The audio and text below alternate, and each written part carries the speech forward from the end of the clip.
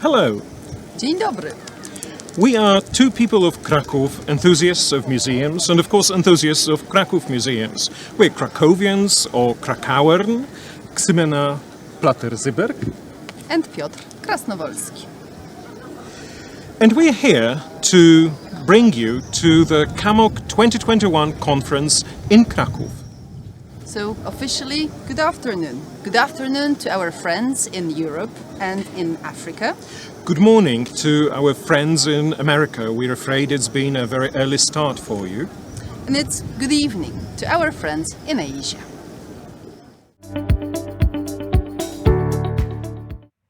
Ladies and gentlemen, welcome to the second day of our digital CAMOC conference. We hope that you enjoyed the first day and are looking forward to the gems in the agenda for the second and third day. The first day was a real success. We started that journey through the space of cities and museums with Professor Jacek Purchla, who took us on a journey through time and space of Central Europe. He was the keynote speaker, sharing his thoughts on heritage and identity of the region's cities. Ideas were the subject of the first session. Margriet Schevamaker from the Netherlands referred to the new ICOM definition of a museum and asked the highly practical question whether museums can still remain neutral in the age of polarization. Michał Niezabitowski, the director of a museum we are in, here, the Museum of Krakow, spoke about the idea of a museum as a community of a new species, Homo sensus communis, and the human's ability to change the world by constructing new city narratives which are tenderly told by museum professionals, even if such telling sounds like whisper and does not reach everyone. Then we traveled up north, where Maureen Rees from Norway continued in a similar vein by delving into the topic of the museum institution as one of the few remaining examples of a truly global commons. Concrete presentations followed as part of the second session. This time, Jakob Ingeman Parby was speaking and also answering questions about the making of a new museum of Copenhagen. While Foteini Aravani made us listen to London, and a true listening to London it was. The way the museums do, the lectures spanned plenty of time, and we learned about the recordings of London from 1928, and we had the absolutely contemporary London bird song included as part of Foteini's lecture.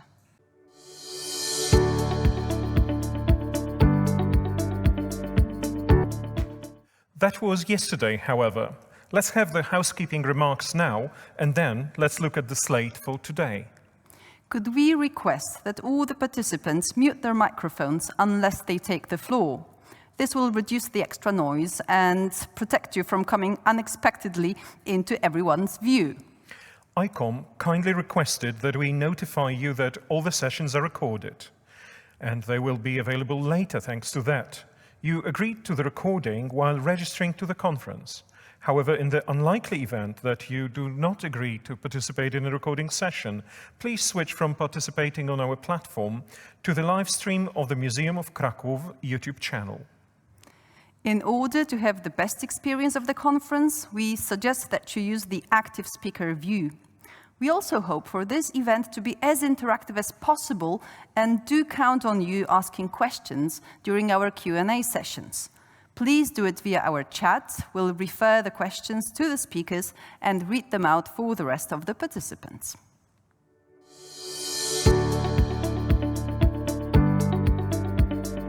It's high time we introduced today's keynote speaker. And pass the mic, the camera and the floor to Suay Aksoy, the former ICOM president and one of the most distinguished CAMOC former chairpersons. Ms. Aksoy will delve into the topic of museums, from being for visitors to being for citizens. Good day. I'm so happy and honored to be here on this virtual platform with all of you. I would like to thank to Joanna Monteiro, our CAMOC chair, and to Michał Niezabitowski, director of Krakow Museum, for this kind invitation I also thank to Yelena Savic and Mikhail Grabowski for their organization, as well as to others who have contributed. It is a pity that we could not meet in person in Krakow, the beautiful city that I love to go back and enjoy the company of good friends. This is such a particular time for museums, as for everything else, that I have more questions than answers in my mind. So please bear with me as I share these questions with you. I do hope that we will have some answers together during the Q&A slot at the end of my talk or during the conference. At a recent webinar, I was asked how I envisaged the future of museums. I answered, I have worries because the COVID-19 pandemic is still so present and it has been impacting museums, but all the same, my conception of museums is charged with hope for the future. Museums adapt to circumstances. They have proven this. Museums are reimagining and broadening their role in society. In a way, the pandemic has helped incarnate this new museum persona. Museums are following the developments in society, say like the climate crisis or health issues, use of new technologies, citizen equality, and they are getting involved. This will continue because it has a lot to do with the relevance and resilience of the museums in contemporary society. We will as well regard it, or we can as well regard it as an act of updating the reasons for the relevance of museums. Museums now, more than ever, care for touching lives, even when practicing their primary functions of collecting, research, learning, and exhibiting. And it does not stop there. Access, inclusion, participation have gained newer and deeper meanings. The museum has not always been the public space that we conceive today. I remember reading Robert Archibald's book, The New Town Square, Museums and Communities in Transition, back in 2005 or 2006, and getting impressed by his thoughtful insights into the past, our sense of place and identification. This was the word he used, not identity, but identification. The way we think about our environment, not the environment, but our environment, and wilderness as ways we deal well with the present and the future. What was insinuated was a place, a public place, but still a tangible place for museum. Come today, we see museums as inclusive and democratizing spaces where we carry out conversations about the pasts, the present, and the futures. They still hold artifacts and specimens in trust for society and safeguard diverse memories for future generations. They also advocate for equal rights, cultural and all others, and equal access to heritage and culture for all people. We speak about a space. In fact, during the COVID-19 crisis, museums existed almost exclusively as space, virtual space, and as such, they continued to exist, and they will, although not exclusively. This being said, the non-virtual public space has long been existing outside the museum as well as inside, and not suddenly because of the recent lockdowns.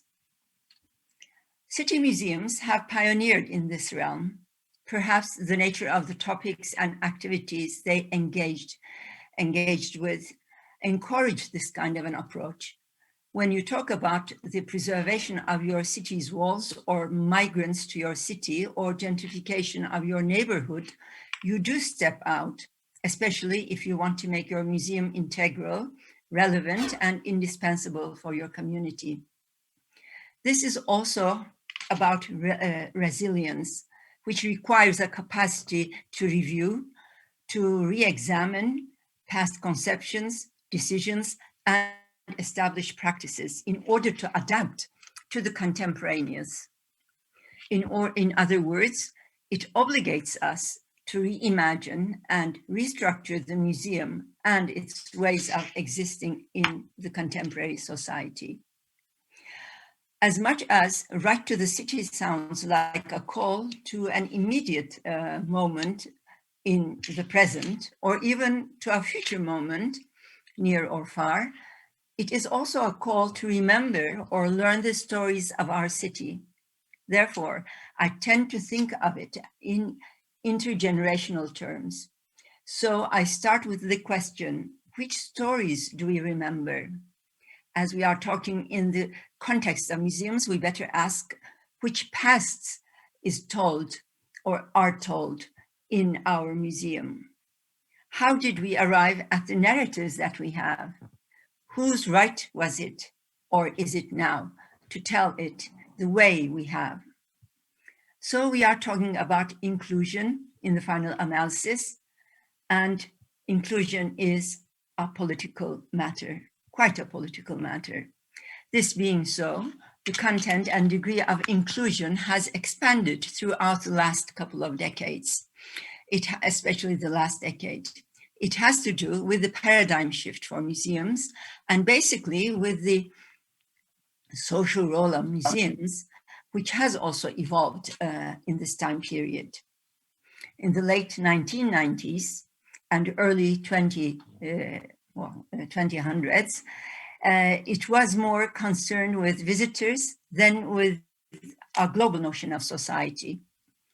Using culture for addressing social problems was a key issue, and audience development, the term was audience development, as we also use now, for the purpose of social inclusion, was the slogan of museum professionals and art practitioners. This was the time for museums to justify themselves in terms of efficiency and effectiveness of service delivery. This was the time of the rising discipline of museum management and marketing. We talked about museum experience more than anything else and looked for ways of making the museum experience unforgettable. Things happened in the museum mostly. Today, the role of museums is determined more by the pursuit of relevance for the whole society, and for this, they need to stretch beyond the visitor who steps in. They need to appeal to the citizen, be concerned with the life of people, and touch lives. Hence, a topical issue like decolonization is not about artifacts only. It is a thread that connects to decolonization of minds, to racial equity, and to inclusion. Thanks to social media and new technologies, that the world has become so small that it fits in our smartphones. And whatever happens out there touches our life here. So how can our museums be immune to this or ignorant of this?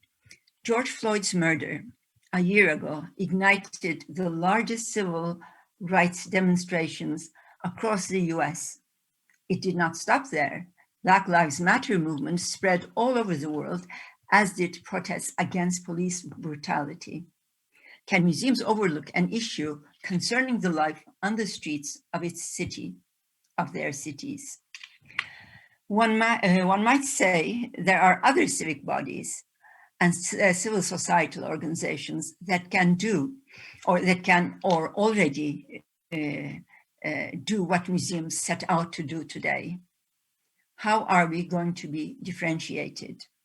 Yes, there are other civic bodies, and thanks that they exist, but we are different. I believe museums are better equipped than any other body to accomplish this role with their collections of material culture, which give them a unique selling proposition of gazing at and handling objects. But just as importantly, and I underline this, just as importantly, with the information and knowledge accumulated, being generated, and yet to be generated through research and to be shared with the public. This is where we are different and more. We have this extraordinary capacity to make learning and to connect. We cannot and shall not let go of this role, this duty. On the contrary, museums need to engage with societal issues and to pursue the dual role of creating, raising awareness through learning, and of helping their communities to voice their wishes, demands for a better life and environment. To continue with the same example, the example I gave before, the removal of statues or monuments became the focus of protesters as the demonstrations against systemic racism spread across the US. They also appeared in other countries, like the UK, where they are still tackling the issue of retain and explain. Is this not an issue that the museum informs the citizens about, so that eventually they could discuss the consequences? For a moment, I am remembering the exhibitions on slavery and the city previously developed by the Museum of London and the one in the Docklands. They have such a wealth of materials and information. Like many other museums do also. Museums are places of reconciliation. Could the City Museum provide the platform for discussion and shared solutions, thus contributing to reconciliation and social cohesion in the community? Museums are not neutral spaces, and I guess they have never been, but they can be safe spaces to tackle challenging ideas and developments and encourage their publics to tackle these contemporary challenges, because otherwise their absence could be detrimental for the memory of their communities, cities, and even countries. Allow me to share with you a sad story about a place in Istanbul, the city where I live. Some of you might still remember a series of events called the Gezi Protests. It concerned a wave of demonstrations that started on the 28th of May, 2013, to contest the sudden intervention by the central government to implement an urban development plan out of the blue sky for Istanbul's Taksim Gezi Park, ignoring the ownership by the municipality, the ownership of the park by the municipality, and its original title as public space next to Istanbul's most busy square, the Taksim Square. The protests were sparked by outrage of the violent eviction of a peaceful sit-in at the park protesting the plan. Subsequently, supporting protests and strikes took place across Turkey, protesting a wide range of concerns, at the core of which were issues of freedom of press, expression, and assembly. At the end of the police brutality and government's indifference, more than 3,000 arrests were made, 8,000 were injured, and 11 persons lost their lives. After the events, the Taksim Square was insulated as a big barren stretch of concrete pedestrian zone, and the Gezi Park together with it. The aim was to delete the memory of the place that cradled the largest spontaneous urban uprising in the city's life, which in the eyes of the increasingly authoritarian government was the work of the secular liberal pole, as in polarization. As Istanbul did not have a city museum then, and still does not have one, you might wonder what happened to all the documents, photographs, videos, memorabilia, and oral history recordings. They are safe, thanks to the many civil societal organizations, NGOs, some universities, and brave individuals who archive them in secret and will guard them until we have a museum. This may not happen always, but this is perhaps a case to note as to why partners and partnerships are important, especially those that share the same values and missions as we do. City museums have a special emphasis on the relation between a place and its people. They have an emphasis on belonging, connecting a place, its people, and the rest of the world, their past, present, and future. In a migrating world, this is a most challenging, but perhaps also a gratifying job, to care about the newcomers, right to the city, but amidst all the polarization in communities, populist and discriminating political discourse, inefficient policies of health and education, and the possible discontent of some residents.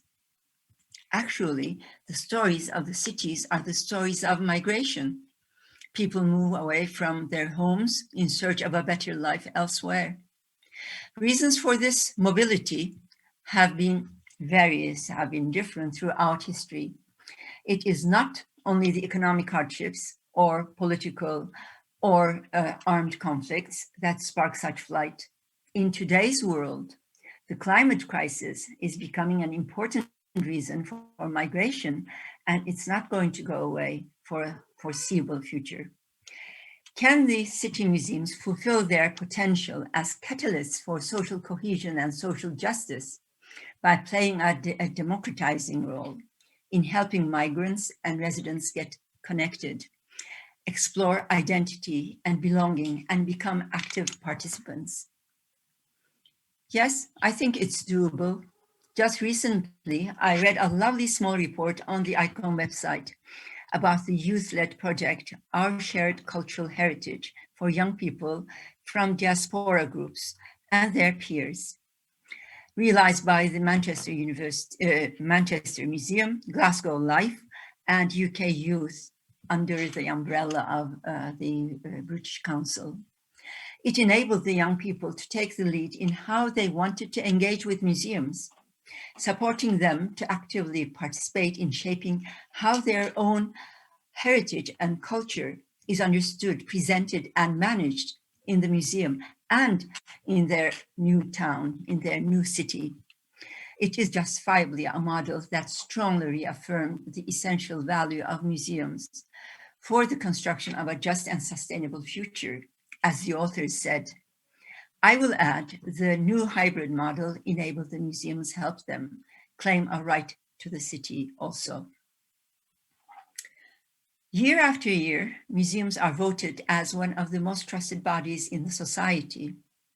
Yet during the COVID crisis, museums were the first public organizations to be closed and last to be opened. Apparently, trustworthiness is not automatically transcribed into indispensability. But engaging with communities and encouraging public participation could be pivotal in accessing the policymakers and taking part in the decision-making processes. The prerequisite for this is probably revamping the City Museum as a space for listening to citizens face-to-face or online. Possibly our collections can bring life to these conversations and engage audiences with contemporary challenges. What better platform, virtual or hybrid, to get informed and discuss health matters, climate change, or declining tourism that concern the future of the city and our life in it? And let's not forget the social media, which is very handy for all museums and especially for city museums again. City museums are perfectly apt for such a mission, participative and connecting, as the policymakers would be grateful for gathering such valuable public opinion from this cooperation. An opportunity to make and remake our cities, as Jakob said yesterday, a democratizing step. I wonder if the post-pandemic period, museums could lead the rebuilding activities in their communities. It would be desirable if they could contribute to transforming their city's life by placing well-being and health at the heart of the policymakers' agenda. Having said this, in my view, a top indispensability of museums in the long run is definitely their capacity to deliver learning by themselves or in partnership with universities or other bodies learning in history, arts, sciences, literature, you name it, as well as in contemporary subjects. Our obsession, if I may say, with collections and exhibitions has somehow overshadowed this competency of the museums. If we could slightly change our perspective and see collections as primarily a means to learning, we would develop a certain essentiality, indispensableness, indispensable status, as museums are quicker, more versatile, and less rigid than the institutions of formal learning in scope and in delivery. Also, there are so many gaps to fill in education waiting for us. Anyway, we know that museums are indispensable. We know it. We just need to communicate it properly to the rest of the world. Before I finish my talk, I would like to recite a tender story from the Philbrook Museum of Art in Tulsa, Oklahoma, which is by name an art museum, but acts like a city museum. Like many other museums across the world, they met the challenge of the pandemic and acted appropriately as need dictated. In the context of a platform called Museum from Home, among other activities, they also gave gardening lessons. During the pandemic, they tripled the size of their vegetable garden in order to supplement Tulsa food banks. Until this one, the only vegetable garden I knew in a museum was that of the previous Copenhagen Museum, which I visited almost 10 years ago when Jette was there. One particularly popular engagement offering the Philbrook people organized was the opportunity to exchange letters with the museum's two garden cats, Cleo and Perilla, with responses written by staff volunteers. The cats received thousands of letters all over the world, they say, including an especially moving one from a man in prison who wrote he was lonely and needed to talk. The museum director said, "It does go to our core mission, connecting people to art and gardens," and continued, "Sometimes keeping people connected is really simple." So there are many shades of activism, and they are welcome as peaceful endeavors to bring positive change to our lives. There is less skepticism today about museums' social role and responsibilities, given that they are informed by ethical values and scientific rationale. Otherwise, we would be talking neither about climate change nor social discrimination at a conference of the museums of the cities. Let me finish with the words of two esteemed colleagues, Robert Janes and Richard Sandel.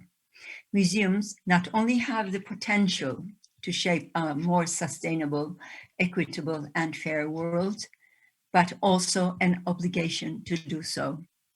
Thank you.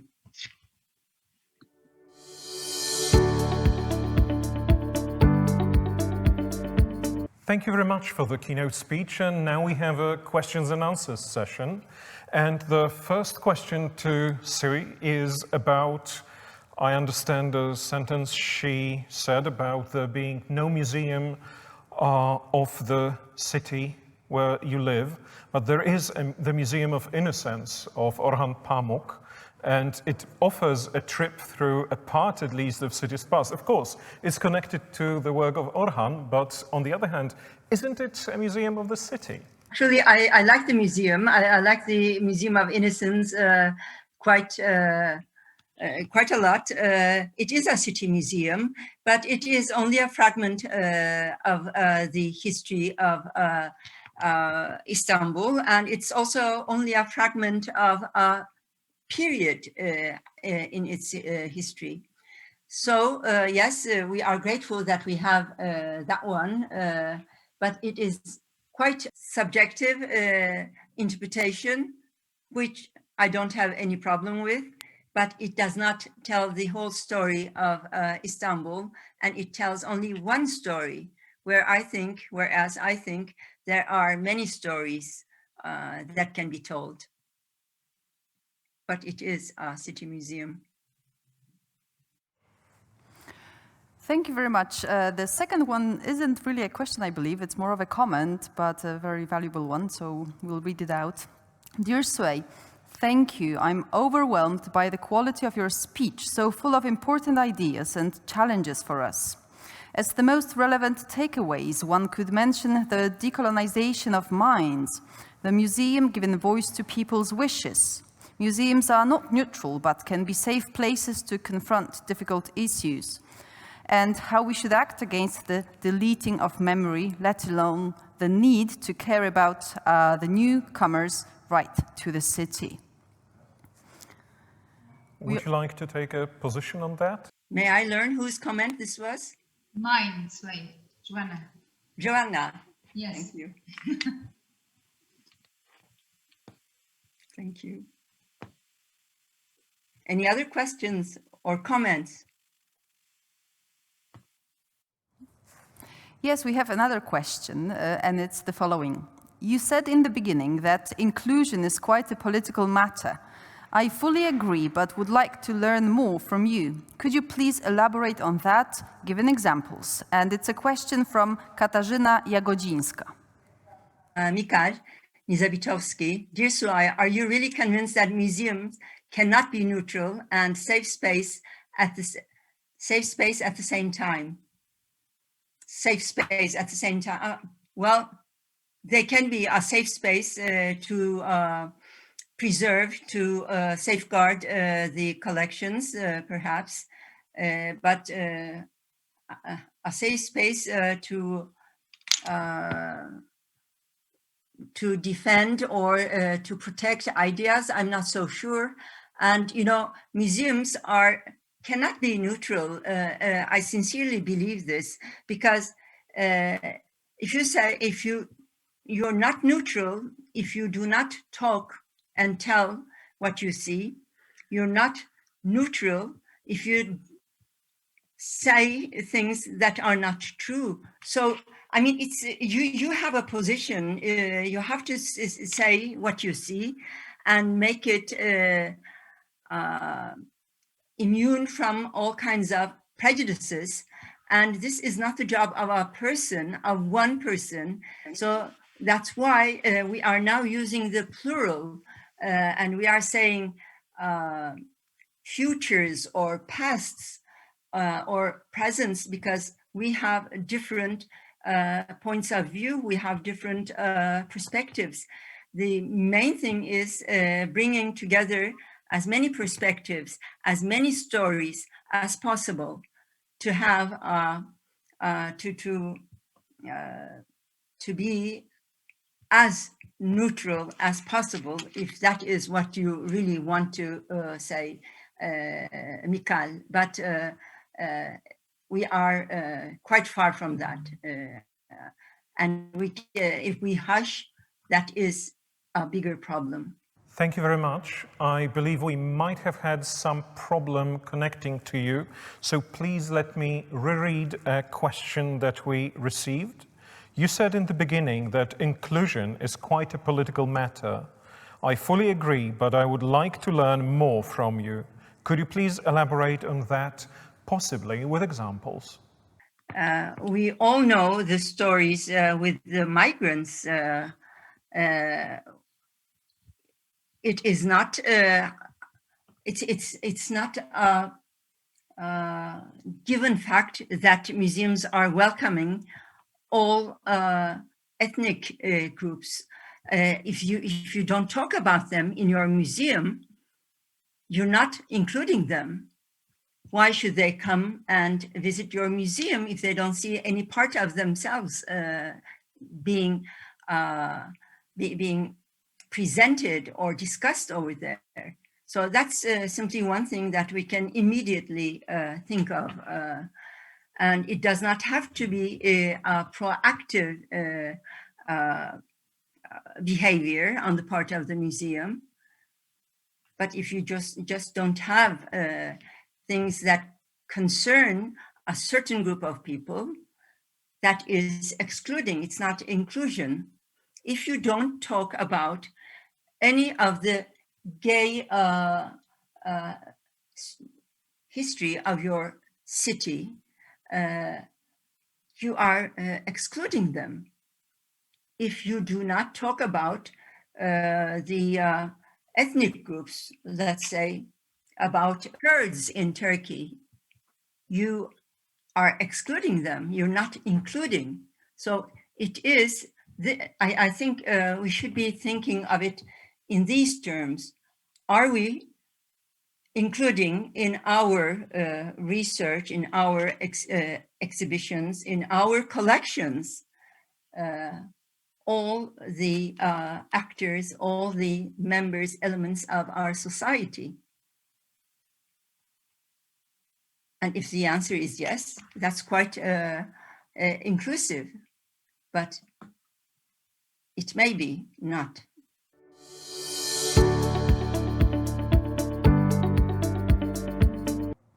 Thank you very much for this excellent answer. We actually have quite many more for you. The next one goes as follows.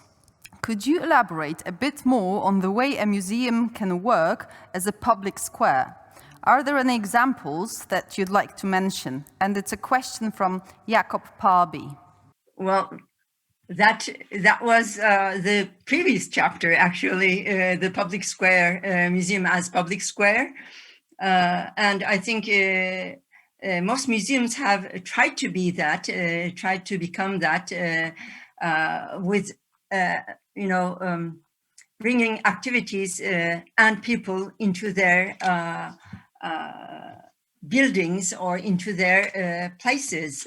So, creating conversations and everything. What is different now is that we are taking those conversations out of the museum because we are kind of bound for doing this in order to be in close contact with our communities. As I said, in order to be able to touch lives. And this is, of course, not, again, only physical, but especially now, especially in the last few years and with the pandemic, it has also become an online activity, being a public square, I would say public space, rather, has become a virtual matter, just as we are doing now. And it doesn't have to be even visual like this, but we do contact each other, and the museum can be the moderator, the catalyst, in fact, to do this. Does this answer your question, Jakob? It's something that we like to say, but it's sometimes tangible more difficult to actually realize it, and I'm always just curious of examples, and it's I guess you're completely right. We're all ambitious. We have that ambition, but you're also, all of us have probably experienced both when it succeeds and when it's a little more difficult than we expected, actually. And yeah, I think it's an important thing to just keep alive and to keep talking about how to evolve this concept, because I think it's really important that we have that ambition. And what you have just said is even more important, that we have to keep on talking about it and discussing, because we have not yet settled anywhere. We are really thinking and talking about it and wishing for it. Yeah, exactly.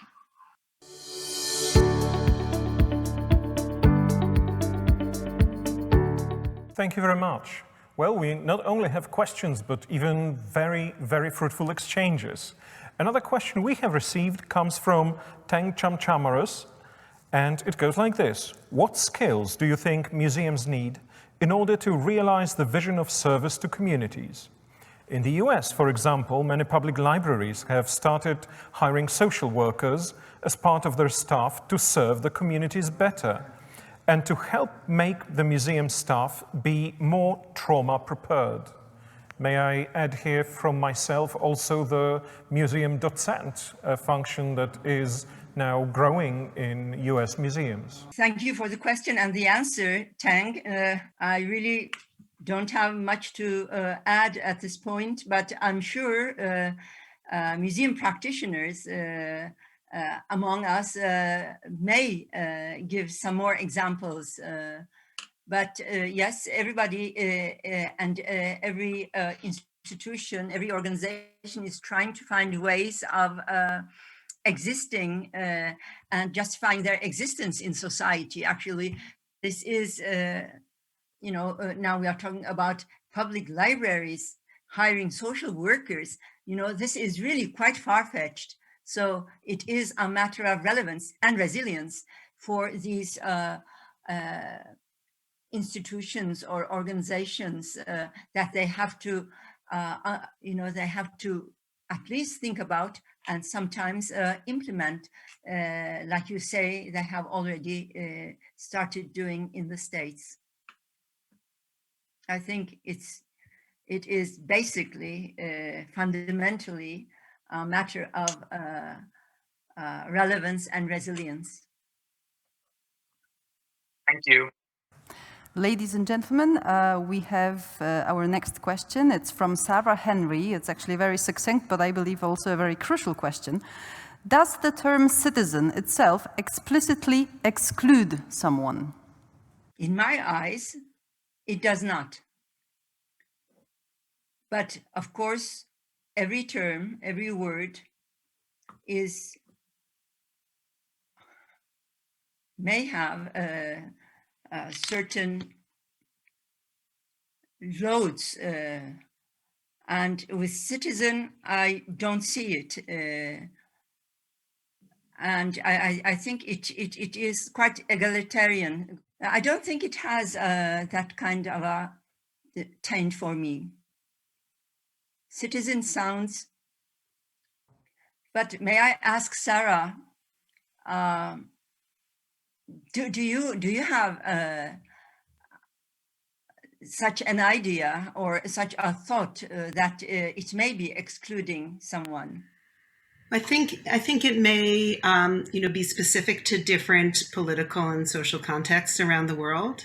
Mm-hmm. So it's something we're very mindful in New York that there are people who are here without documentation who are very much not citizens, as well as people who are here with documentation, but also are not citizens in a legal sense. But I guess I was asking also more a question that was posed to us in the Right to the City invitation, which is, who is the City Museum for? Is it for the residents of the city to which the museum is directed, or does it speak to a broader public across the world? And so I think there are two different ways to nuance the question around citizen. Is it when we move beyond visitors, is it to speak, just a citizen become broadly a synonym for the public around, and especially in our COVID and digital world where we are speaking across cities, as we do in this conference, to our colleagues, but also increasingly to publics in cities elsewhere. So I think there's probably a nuance in the use of language with city and citizen that may vary in different places. But I think there's also the question of, do we speak to our tourists? Do we speak to citizens of other cities? Just interesting to think about. Thank you. Who has the right? Who has the right to speak about our cities? But in an age of migrations, we need to be quite prepared and also open to interpreting this kind of terminology, and perhaps not. Of course, I'm not talking about the legal aspects of the matter, but I would be more I would take a more inclusive step when I talk about citizens. And the difference, the way I use visitor and citizen is that visitor is the one really that comes to your museum and that it's not, it's only that part of the whole community, whereas museums have started caring about the community at large. So that's why citizen seemed to be more descriptive of the situation that we are in. And I do think there's a linguistic question, which we can put aside, but I do think there's also a philosophical question, because the question of, do we have a special obligation to the people who live in the city whose story we're telling? And what, that we speak differently to them than we speak to those who are visiting temporarily, is also, it's an intriguing one. This reminds me of a debate long ago concerning Venice. You know, Venice has a big problem, a big environmental problem. And there was a time when they really did not want to share this with the tourists. Then came a time when they really wanted to share it with the tourists so that they could, you know, advocate for their case, for funding, for help, and also for, you know, tourists not to come to Venice so much in masses. Yeah, very interesting. Thank you very much. It's been a very, very extensive answer and another talk. We have time for just one very short answer before our break. And the question is from Jenny C. Thank you very much for inspiring Keynote. Could you provide us some advice on representing cultural citizenship in city museums? What should we keep in mind? Oh dear, I don't know. This is a big question, actually, not a small one. Maybe colleagues can help us here, initiate some thinking for me too, because this is quite a global question, Jenny. Maybe you could streamline it a little bit. I'm afraid the time for the session is over, but streamlining it would be a perfect idea for a longer break we will have later today, when you will be given a room to discuss. So thank you once again very, very much, Suay, Aksoy, for the answers now to your questions, to the questions that were asked to you. And let's now have our 5-minute break. Well, ladies and gentlemen, in a different reality, you'd be able to stretch your legs by descending just a few steps from this room, the Miedziana Hall of the Museum of Krakow, and walk around our beautiful Szczepański Square that you can actually see behind us. Well, unfortunately, that's left for the next time. For the time being, for those 5 minutes, we've got some videos for you. And please, let's be back here at 3 p.m. Central European Time. See you then.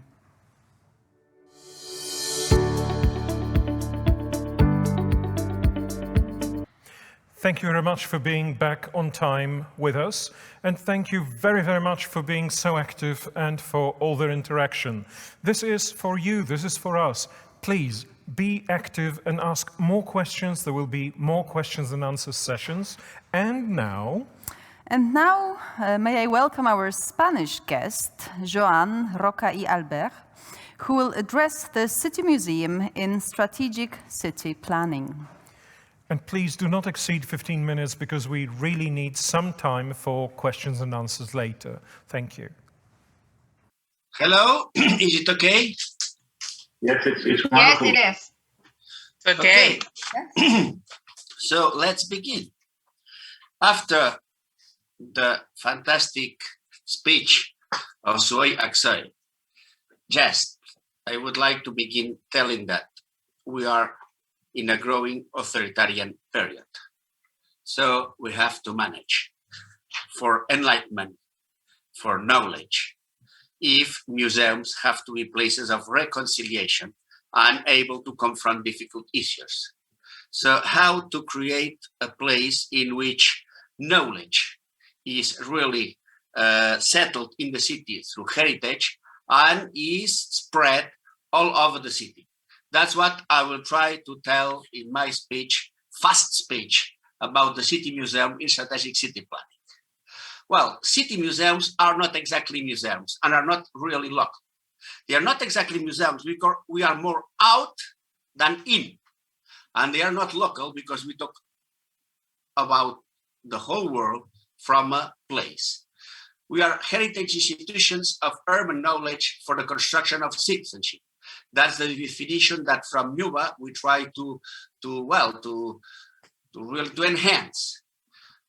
Thinking that there are 4 basic rights: the right to the city, the right to knowledge, the right to beauty, and the right to belonging or identity. The word identity is always problematic, but anyway, we have the right to know who we are. And we have to do that all over the city, like Museum Krakow, our host. And anyway, we have a clear mission statement to explain the city involving citizens and visitors. That's why for CAMOC was created, and that's where we are, I think, after a fantastic speech of Suay. Cities and the right to the city. Nobody stays in a continent or in a province. Everybody stays in a city. That was the mayor of Johannesburg who said that when he was the mayor, from a city which is really a world city in a very problematic area. So we are all of us in a city, whatever nation, origin, and so on. And then, why for strategic city and planning? Strategic. Go to long term. Think about which is your role in the whole of the city knowledge and the city police of cultural police and the policy and the city culture. City planning.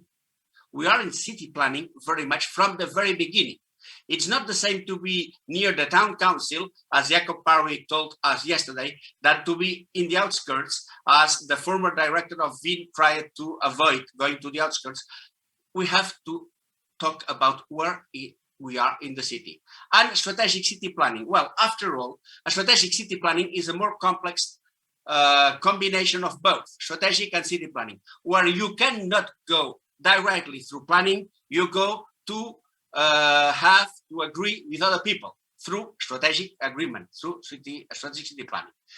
City planning has always been there. For example, when the City Museum of Barcelona was created, that was in the middle of a big operation of historicist renovation of the city center. So that was a place to say, oh, after all, we have a nice history in that city. Then the problem came, how do we incorporate everybody? Migrants, city growing. The idea that in city center we are just there is not true. Not in Barcelona, for example. Now, for example, we are there in the middle of the city, but those monuments were renovated after city changed in city center. So history comes after the present, not before the present in public debate. That's the same here. I think that we have Jan Gershow. That's the same in Frankfurt, the new old town. The new museum of Frankfurt is the result of the change of Roma, the old town, which now is recovering what it was before the Second World War. So for the best or for not the best, city museums in city centers were the heritage of city planning. And then, can we do the same with the industrial suburbs, where the working classes were? Look, more or less, in many cities, that's already settled. Industrial heritage is there. We can incorporate them through formal means of planning.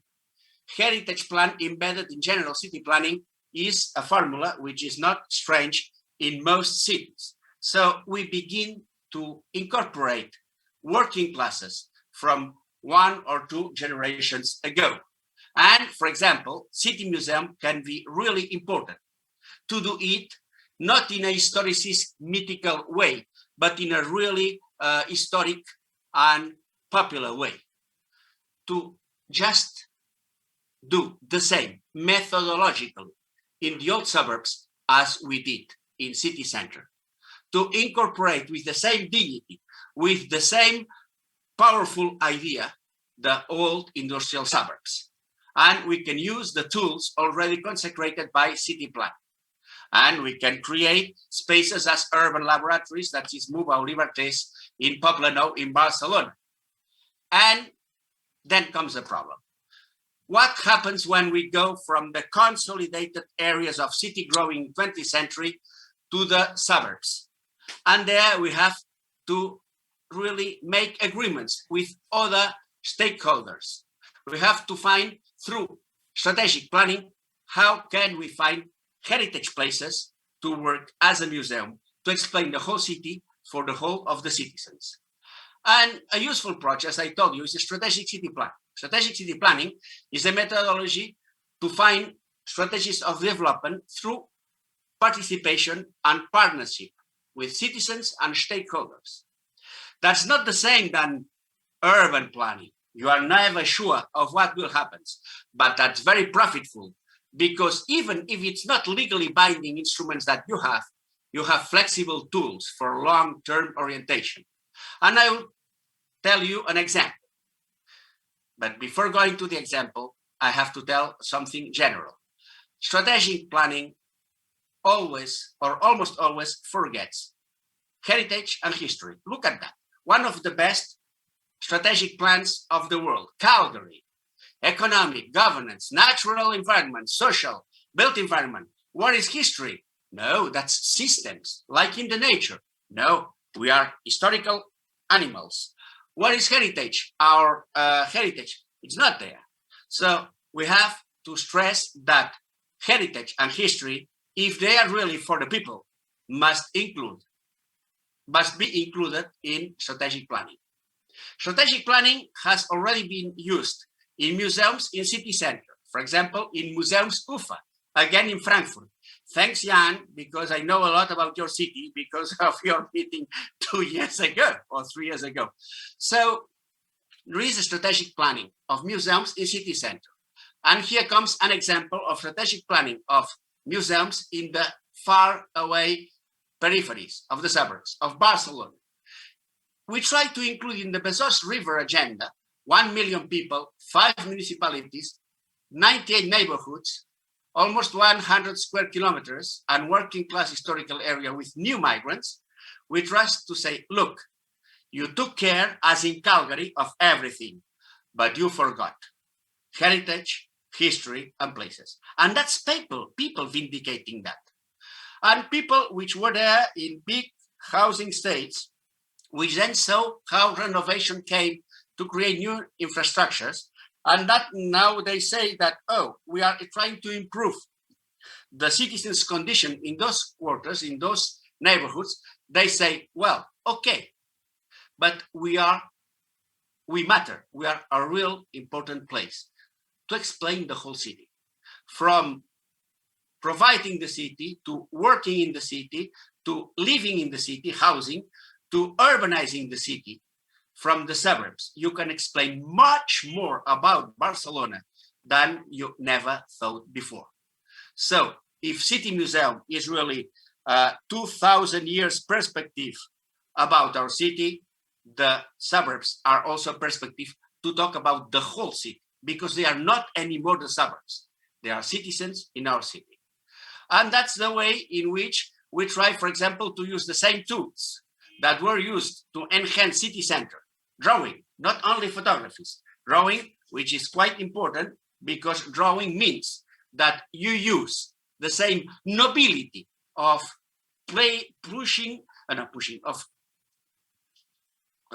situating things in an atmosphere than you did for city center.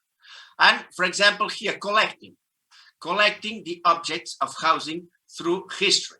That's a collection made by the museum with the inhabitants of a quarter which was going to be partly demolished. They said, no, we are not going to demolish 2 houses. We are going to have a perspective on housing in Barcelona.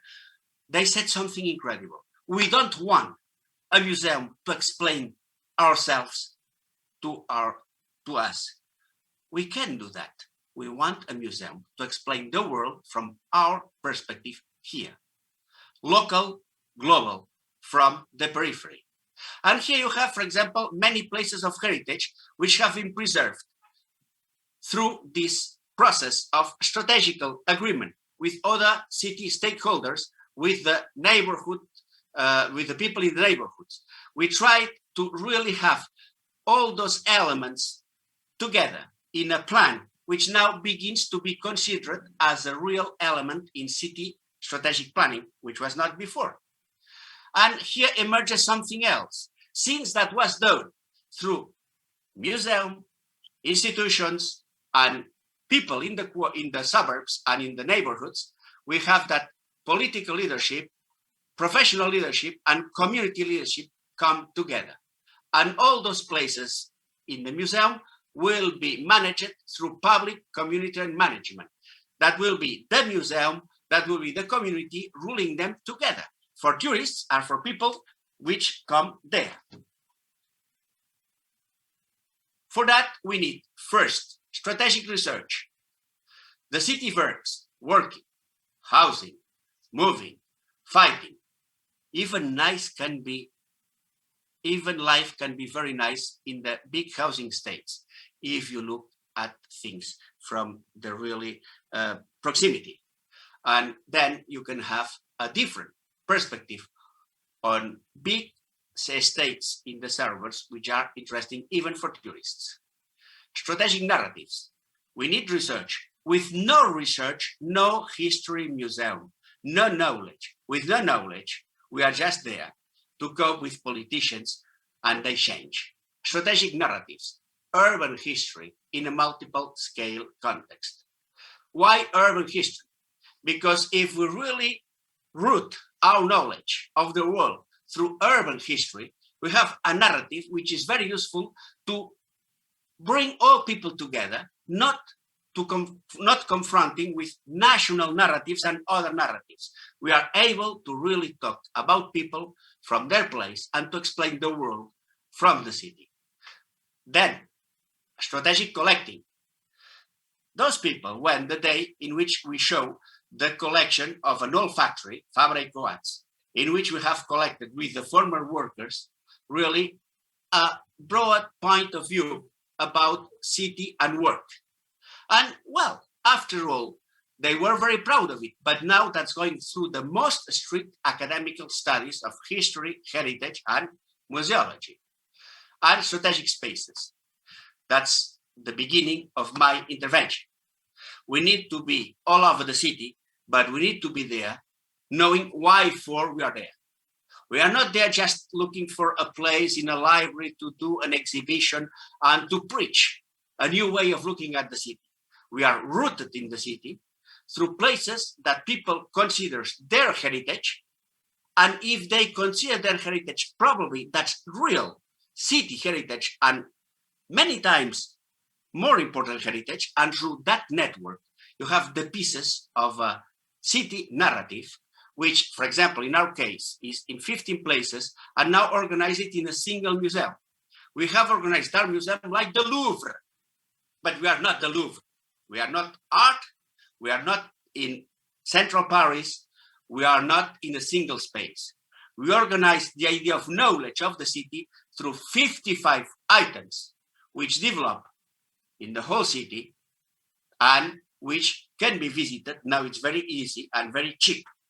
Krakow knows better than we do, organizing visits and going there. But I finish with that. All that is not new. These are my 15 minutes in city museums. Museum weighs less than city. But please, I am not inventing. Patrick Jets, not Jededes, I'm sorry, said that in 2006. Center of these studios and interpretive kind of are needed. Science is not only geographically descriptive, it's comparative, and above all, it's historical. 9006, 1 century after. CAMOC, City Museums and City Development, 2008. Ian Jones, perhaps he's here. Cities and the museums above them. We need a museum about the city in all its aspects, not a museum that happens to be in the city. Its subject is the city. This is its only artifact. And shed or love. Museums of cities are the future of cities. The 21st century is the moment of city museums. Our job as urban curators is not merely to collect and to explain, is to be engaged with people, but we collect and we explain to be engaged with people. So finally, conclusion. City museums are strategic for the right to the city and urban democracy. Because if you look at that, good urban governance, that comes from the association of the World Association of Cities. They talk about inclusion, they talk about productivity, they talked about sustainability, and they talk about identity. City museums are in the floor places because also for productivity, we are on the top of a lot of innovative industries which can help the city economy in periods of crisis. So that's what I wanted to tell, following what has been already told by Aksoy at the beginning. Thank you. Thank you very much. Thank you for this strategic overview and for the information about the relationships. Yes, of course, City weighs much more than a museum, so thank you very much for emphasizing also how important the role of the lighter part of the city is. Ladies and gentlemen, let's now introduce the second speaker in this session, Ms. Katarzyna Jagodzińska, who will discuss activating city museums into urban revitalization. And we very warmly invite you to be asking more questions in our chat. If you ask them in Polish, we can translate them into English and ask them in English to our dear speakers. Thank you very much for the introduction. I will just share my presentation and I'm starting. I hope you can see the presentation. In case you don't, just let me know. Activating city museums into urban revitalization. Museums are more and more boldly going beyond the walls to speak out on important and sometimes difficult issues. Often these issues not directly related to the collection and program, but important for the museum building, its neighborhood, residents, or closely related to the worldview. Moreover, this voice is followed by actions. Should the museums get involved? This question is always asked, and it is asked not only by people from the museum environment, surprised by the fact that the museum deals with matters distant from its resources, but also by the museums themselves, their managers and staff. And they have to ask them, because getting involved can have negative consequences. The turn of museums towards what is outside the walls has its roots in new museology, that had started at the turn of 1960s and 70s. And milestones of those discussions were formulated on the Santiago de Chile Roundtable and Declaration of Quebec regarding relation between museums, environment, and communities. Assumptions of the movement are topical still today, although new paradigms and strategies have been introduced over time, including the post-museum and museum activism. Museum activism, coined by Robert James and Richard Sandel, refers to various issues of social justice. However, it may also be directed at the physical presence of the museum in the landscape. Authors articulate a need for a new breed of museum workers and museums grounded in the consciousness of the world around them, along with the need to work in a less museum-centered way. In a paper, I argue that city museums are mostly predestined to actively participate and shape processes of urban regeneration and may in fact be such a new breed of museums. However, in this regard, city museums could learn from other types of museums, which in many cases have been paradoxically more active in this area than city museums. I refer to several examples of museums that took actions to safeguard or prompt changes in their vicinity and discuss challenges, limitations, and opportunities of engagement in the process of change.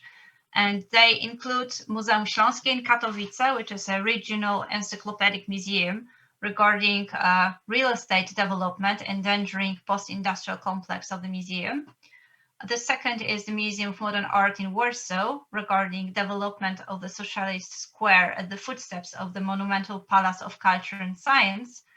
And the third one is Museum of Podgórze, which is a branch of the Museum of Krakow, regarding creation of the park in the wasteland next doors. And my research question is, to what extent can a city museum operated and funded by a city engage in a process of urban revitalization? Responsibility of museums towards their landscapes was codified by the ICOM resolution in 2016, which empowers museums to become active participants of processes of urban revitalization. The document stresses that museums are part of the landscape. They collect tangible and intangible testimonials linked to the environment. The collections forming part of their heritage cannot be explained without the landscape. And based on that, ICOM recommends that museums extend their mission from a legal and operational point of view and manage buildings and sites of cultural landscape as extended museums, offering enhanced protection and accessibility to such heritage in close relationship with communities. Although the resolution is only a signpost and is not followed by any legislative solutions at national level, it is an important signal of a change in thinking about the role of museums in communities, cities, and discussions at various levels. Some museums actually took action for the benefit of their surroundings with the help of this document. And here come the example. Muzeum Śląskie in Katowice, which is an example of a bold, determined attitude towards the actions taken by the developer in the area adjacent to the museum complex. In 2015, the museum started its activity in the new seat in the closed coal mine Katowice. Spectacular architecture, which is a combination of historic mine buildings and minimalist glass blocks, immediately became a symbol of the city and the region. Architects from Austrian studio Riegler Rive Architekten suggested descending the exhibition halls below the ground, proposing only minimalist interventions above ground and thus yielding to the existing post-industrial architecture. In 2018, a developer who bought a plot of land at the rear of the complex unveiled plans to build 12 and 18-story blocks of flat, creating an undesirable backdrop on the main viewing axis leading from the city center. The museum felt the subject of the changes affecting the district and took steps to develop a consensus that would reconcile the interests of all parties: the city authorities, developer, architects, the marshal, neighbors, city residents, and the museum. The topic was the importance of the cultural landscape of this place, symbolic for the city, a mine that has been a source of the wealth and identity of Silesia for decades. Meetings, discussions, debates, expert opinion, and correspondence exchange did not bring the desired result. The lack of understanding for the director's arguments meant that today the construction investment is already at the advanced stage. City officials supported the vision of the developer to build the dense high-rise residential district and turned down the arguments that the post-industrial architecture of the complex requires additional protection.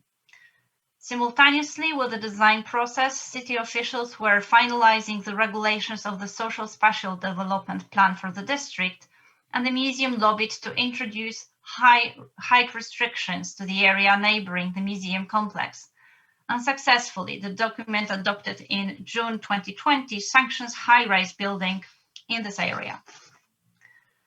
At the same time, that was 2017-2019, the Museum of Modern Art in Warsaw began to build partnerships with institutions and entities around the Filat Square, Plac de Filat, where the construction of the museum is currently underway. This is this large square just in front of the palace. The museum started program activity in 2008 in a temporary location. Since the very beginning, the museum was preoccupied with the city, its urban and visual space, which is yearly discussed at the Warsaw Under Construction Festival. The festival is a tool with which to diagnose and investigate various problems and issues present in the cityscape, of which the museum has attempted to be an integral part. The 9th edition in 2017, entitled Plac de Filat: A Step Forward, was devoted to the future location of the museum.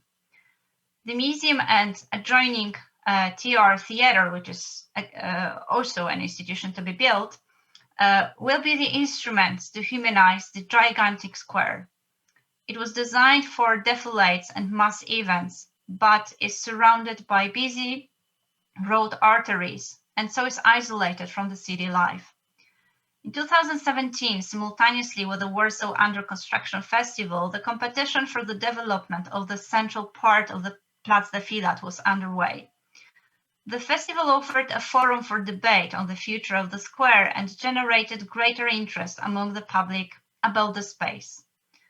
The museum did not limit its activities to research, observation, and the offering of space for discussion, but it also played an active role in the process of liaising with various actors of the square. Artur Jerzy Filip, a researcher and practitioner of innovative forms of cross-sectoral urban project management, became the museum's consultant and plenipotentiary for the building of partnership. On behalf of the museum, he started to form a group of local stewards of Plac de Filat, which was modeled upon New York City-based benchmarks, consisting of 7 institutions with entrances on the square. And that was the commercial company that manages the palace, 2 theaters and 2 cultural cafes, which are located in the palace with separate entrances, and 2 new developments, that is the Museum of Modern Art and the TR Theater. The museum became a leader in this process, and the Warsaw Under Construction Festival was used as a vehicle to initiate the group. Its biggest success, as Philip notes, is the networking, as until that moment they had not cooperated in such a wide circle with such strategic aims to become an active member of the process of planning and finding various spatial solutions in the square. Despite its success, the group failed to build any permanent cooperation mechanism with the city. And the third case study is the Museum of Podgórze, which, in cooperation with associations operating in the district, undertook in 2018 a lobbying for the creation of a park next to the museum that would connect this busy part of the district with no recreational places, with other cultural institutions, and further with the old town. The development is possible due to the ongoing modernization of the railway line, under which flyovers, new bridges, and railway stations are being built. The 3-kilometer-long park under the flyovers, which is the working name of this park, will consist of 2 parts. One is on the left bank of the river, and the other is on the right bank, where the Podgórze district is located, and both will be connected by a pedestrian and bike bridge on the Vistula River. The museum took on the role of the driving force of the project, arranging meetings of the project team, offering space for public consultations, organizing actions open to the public, like cleaning the green space or planting sunflowers, administering a Facebook fan page of the project, and initiating and conducting talks with authorities. The Museum of Krakow is a municipal institution which makes formal contacts easier, and there is also the prestige and prominence of the major cultural institution that stands behind its actions. However, even though the museum has autonomy as an independent institution, it is dependent financially and organizationally on the City Hall, so its actions in the cityscape need to be balanced. The civic initiative, led by the public institution, found fertile ground among city officials who took over the project at the administrative level and started negotiations with the railway, which is the owner of the land. The group at the railway flyover has continued its role as the watchdog of the process. Since spring last year, the project has awaited formal consent from the railway, which would then enable the project implementation to begin. However, the process is still on hold. There are many such initiatives, although not overwhelmingly many. Not all of them have the desired effect. However, even failure is a necessary lesson and does not mean that it is not worth acting. On the contrary, it is necessary to speak up more often to show that museums are important actors in public space. Unfortunately, however, given the public funding model, activities contrary to the interests of the leading bodies may endanger the position of directors and the well-being of the institution. In briefly discussed case studies, there was one regional museum, one art museum, and one city museum. City museums tell the stories of cities, but their function has significantly changed over the past several years. They have faced new tasks and expectations for museums from the public, various stakeholder groups and founding bodies, as well as processes and topics that become part of the agenda of modern cities. That would be ecology, air quality, deficit of green areas, quality of public spaces, and so on. Many museums have recently abandoned the long name Historical Museum of City of Krakow, for instance, in favor of a neat Museum X, like Museum of Krakow. And the change of the name is not only the pursuit of a shortcut in communication, but also a manifestation of a change in thinking about a historical museum, in which the center of gravity from history is shifted towards the present, the city and its inhabitants today, for whom and about whom the museum builds a narrative. In my view, all types of museums should be encouraged to look around and take actions in the neighborhoods and communities regarding both built and intangible heritage and various social matters. However, responsibility of city museums in this matter should be special. City museums should be integral parts of current discussions on cities and engage in a process of urban revitalization. They should have a voice, even when the voice does not go in line with the voice of city authorities. Thank you very much for your attention. Thank you very much for your presentation. We are getting some information that some people have problems connecting. Unfortunately, there was a Zoom update last night, and because we're probably working on different versions, we may have some trouble. So if your Zoom doesn't work, or if it makes some funny things, as Awa did a moment ago, please try updating Zoom and then reconnecting to us. Ladies and gentlemen, and now it's time for our last speaker in this session. We will have another voice from Poland. This will be Mr. Conrad Schieler from the Wola Museum, a branch of the Museum of Warsaw, who will explain the hybrid identity of the capital district.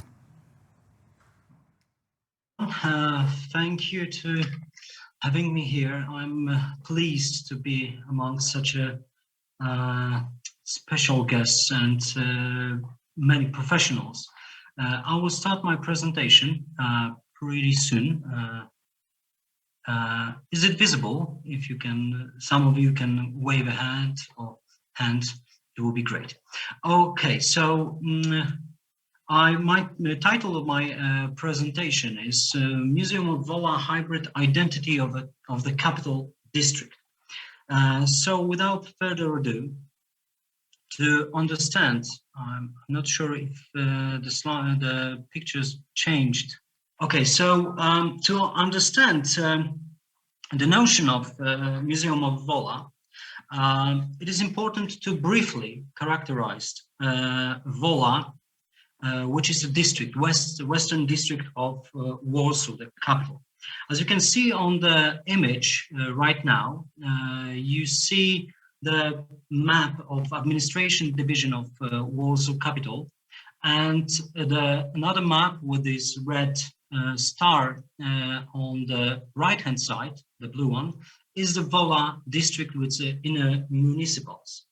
And Wola as a district was incorporated to the capital in the 1960s, so in the first decade of 20th century. Before that, Vola was a rural place, and called the huge Vola village. And historically, was important place for royal elections between 1573-1764, when in the Polish history the kings were elected by the nobles. And Vola inherited that particular notion of identity for contemporary days, for present days, still is live and still is present in historical monuments or landmarks. This image from a collection of Museum of Warsaw represents the inhabitants of Vola at the leisure, and those windmills, it were a common landscape for Vola almost until 20th century. So further on in the history process, the Industrial Revolution started, and Vola changed radically from the village, open village spaces into the dense urban structure with factories, workshops, and early developing of social housing. At that time, between second half of 19th century until 1939, Vola became the center of industrial production of Poland, but before that, it was the western peripheries of Russian Empire. So at that point, the development of the Vola district affect its structure, its history, migration of people. Because as you can assume, the huge industrial revolution affects the massive migration from the local villages, suburbs, and other peripheries of Poland to Vola, to Warsaw. But without, among these elements of Vola identity, we have to speak about as well the traumatic elements of Vola identity, which is Warsaw Ghetto, Vola massacre during the Warsaw Uprising, and Warsaw Uprising itself. Those events, historical tragic events, left Vola almost fully demolished and destroyed. So after the war, Vola was rebuilt as a district and as a part of the city.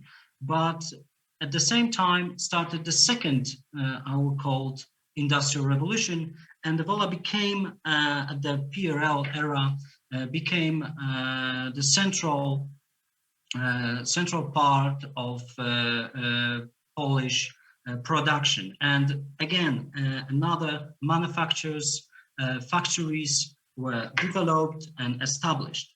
So for almost 100 years, Vola has the identity as a working class district.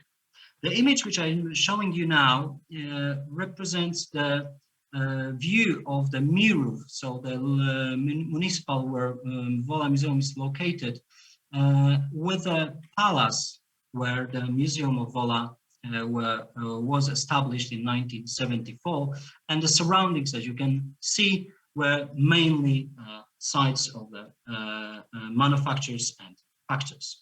So Vola Museum itself was established in 1974 as a first local museum of a district in Warsaw and the second in Poland.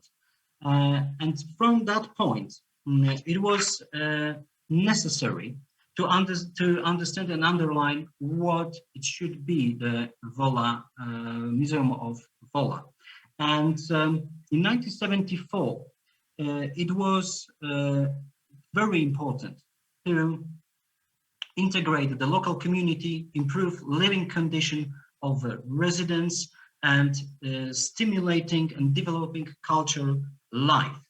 At that point, the museum staff and directors started to collect memorabilia, artifacts, photos, films, and any elements of everyday life of Vola District and its residents from the 19th century until the present days.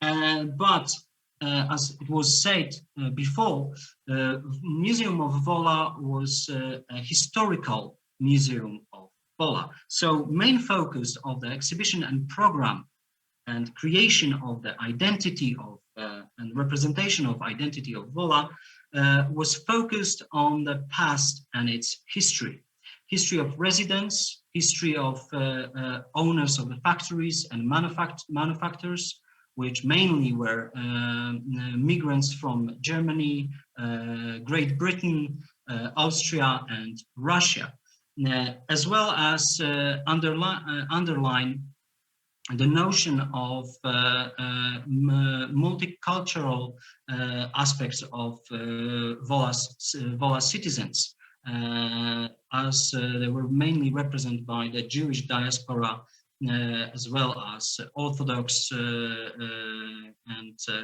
Protestants. So those elements were visible at the Vola Museum as a historical museum. At this 1974, museum opened the exhibition titled 6 Centuries of Vola, which were slightly changed during the upcoming years. And in 1996, the exhibition changed radically from the notion of the working class district and identity of the working class into the district with multiply identities of citizens, and the process of participation in including the oral history and the personal histories and stories of the residents started. Here I represent the first advertised poster designed by Józef Kowinski. And as you can see at the front, here is this sculpture which were unveiled in 1974. In 2020, it was restored and back to its original colors. Here you have some overview on the introduction of the canonical representation of local history. As I said, it was mainly the focus on the industrial parts and industrial history of Vola with its prime time of the Industrial Revolution. And as I said, some changes were made in the 1994, 1996. After 1996, museum changed the direction into the recognition of the Vola identity, and the traumatic identity was one of the main factors and major factors of the program of the museum.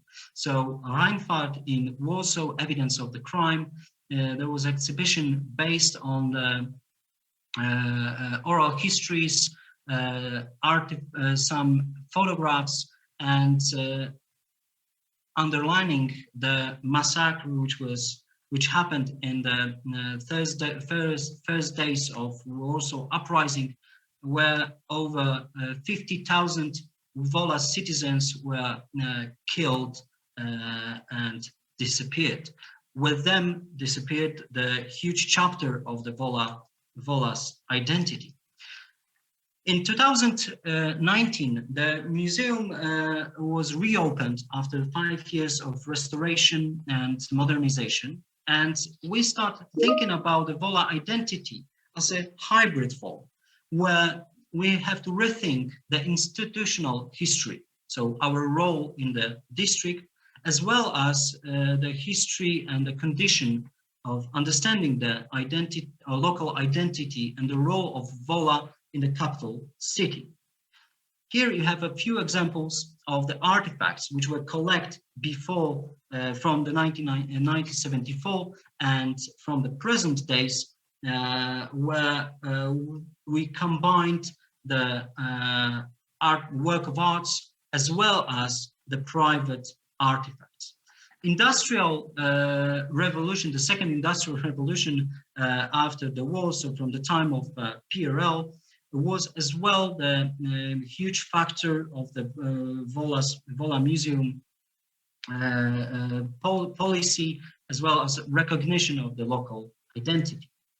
But we cannot find out and recognize the scope of the local identity of this hybrid form without participation of the local citizens. Here you have a map which was designed by Patryk Mogilnicki, Polish graphic designer, when the map was based, and its all design was based on the actual map of Vola, but we focused mainly on the personal stories of a residents, newcomers, as well as the residents which lived and lives in Vola for longer period. And we introduced those stories into the recognition of Vola as a whole district, not only as particular municipals. Another elements of process to recognize the hybrid form, so form of working class district which is lost, the district which has this identification of multiculturalism and different groups of people who lived and came to Warsaw and Vola from the 19th century until present days. We started collecting home amateurs films at the Super 8 and 16 millimeters. Mainly they were produced in 1970, 1990, and they were mainly produced by the residents during the workshops and the municipal film workshops, which actually happened in Vola for over 30 years, where we received a different view and understanding of the local context and identification. Another element to develop this process was the collaboration with local schools, which are in big number present in Vola, from the primary schools, high schools as well. So we started in 2020 the process of visiting schools. Of course, pandemic situation stopped this process for a while. I hope we will back to that elements in pretty soon. In terms of hybrid form of identification, is what was said before, the process of structural planning. The pictures which you see right now represents the city of Warsaw, the economic business centers. All those buildings erupt in the last 10 years, where the overview of Vola completely changed from the industrial district into the business center, with huge developments of housing and business hubs. And that was for the museum a very important question. What is the identity, local identity, and how the residents can be present and focus on this local history, where they are not taken under consideration during the process of structural planning, where the business and expensive housing started. So we established the exhibition called Transformation Landscape of Vola after 1989, where we try to find out and answer the questions about what is the identity of Vola and what is the role of the museum in that process to help to create the new identity, or to establish the notion of hybrid identity. So we've combined elements of the historical architecture and historical elements, as well as the new developments from the 90s, where the Vola became one of the major sites of the new urban structures and urbanization of Warsaw. And what comes next? Again, this red dot represents the Wola Museum, and its surrounding represents in the new developments of Towarowa 22, which should happen in 2023, 2026. And as you can see, there is no space, a common space, to establish the clear identification and identity, local identity. So in some point, the role of the museum, especially museum as Wola, is to grasp a bit of the understanding of this structure planning and be an active part of in that processes with huge participation of local residents, which actually are open to collaborate and have some understanding and be an active part in that processes. And so here, last but not least, another element which I present, and I'm glad to open it, that exhibition next week, Greener and Greener projects by Alina Scholz, which underline the notion of the natural landscape of Warsaw, planning of parks and green areas in huge developments of the modern Warsaw, which is not taken under consideration in a big picture by the structure planning. Thank you very much for your attention. I hope I was able to keep the time, and looking forward for your questions. Thank you very much. And thank you to you, Mr. Conrad Schieler, for this very exhaustive presentation. Ladies and gentlemen, since we are slightly behind time, we'll move straight forward to our Q&A session. We will read the questions and ask for brief answers. The first is to Joan from Jagodzińska. I really love the integration of neighborhoods and histories in your museum network. How do you finance it?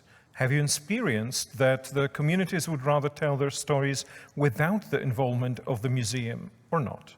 I think this is often the strong sentiment here in Copenhagen. First of all, the second question. No, it depends in the way in which you create knowledge. For example, we really stress academic scientific work, but everybody's invited. We go to the suburbs, and for example, in Montpasto, which is a housing estate from the 1920s of working class condition, we have held scientific seminars there.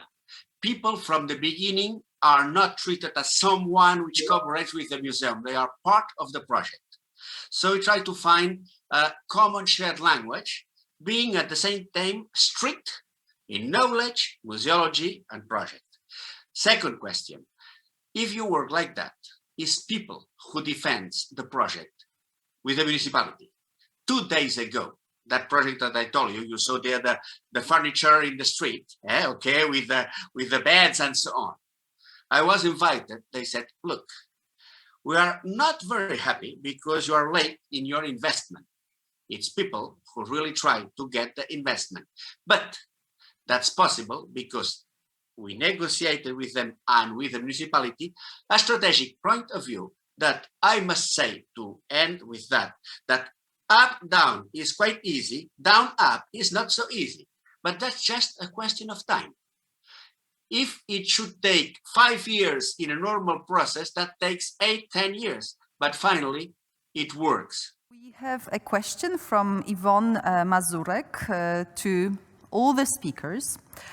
A general question for the speakers. What if our policymakers and funders seek to present a more traditional models in which a traditional canon affirms their authority? How can we begin a dialogue with those who define museums quite differently from the general consensus we are expressing here? One, knowledge, with the legitimacy of having real academical knowledge, and second, citizenship, having the people wanting that. And then policy makers are in the middle, and they have soon or later to negotiate. Thank you very much. And we have a question from Joana Sousa Monteiro, and it's again to you, Joan. Thank you for demonstrating how a city museum, Muhba, can actually influence city planning and enhance the planning the council is developing. But do you also think that city museums can help to create a new urban planning, of course, when it is lacking? Well, for example, I think that we should really moderate our expectations. The problem is to be, at the long term, institutional. It's easy to have the possibility to influence some plan, which is not so easy to be recognized as a stakeholder in city planning.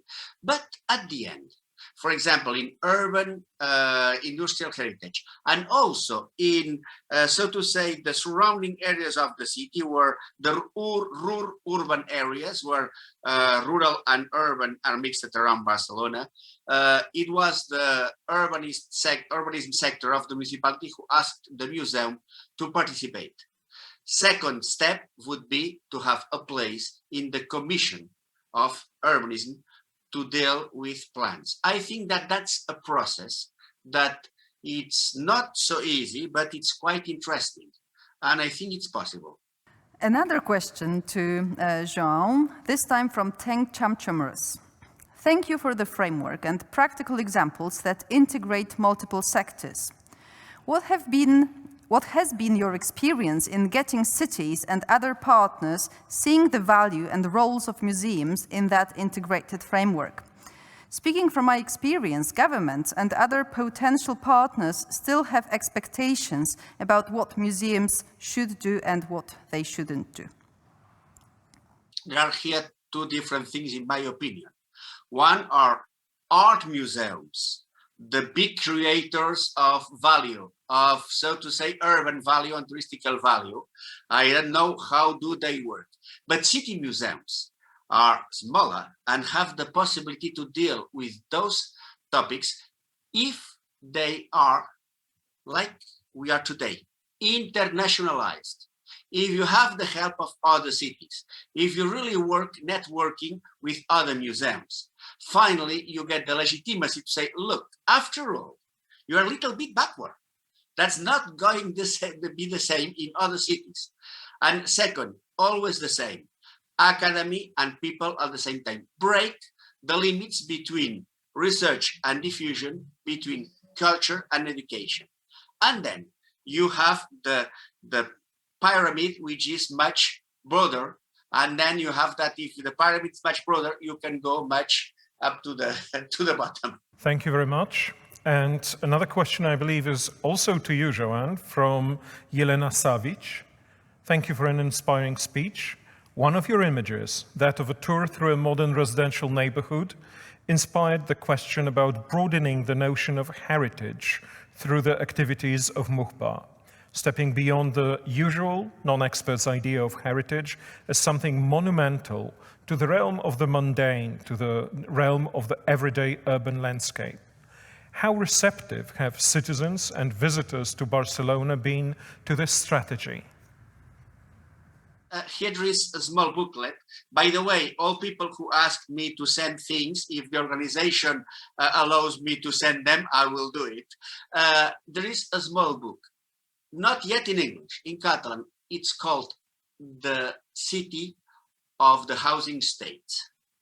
And it's so poetical about the will of people to be in the city, to create social organisms, to be organized, to fight for public space, that finally their place is really worth to be seen for other people.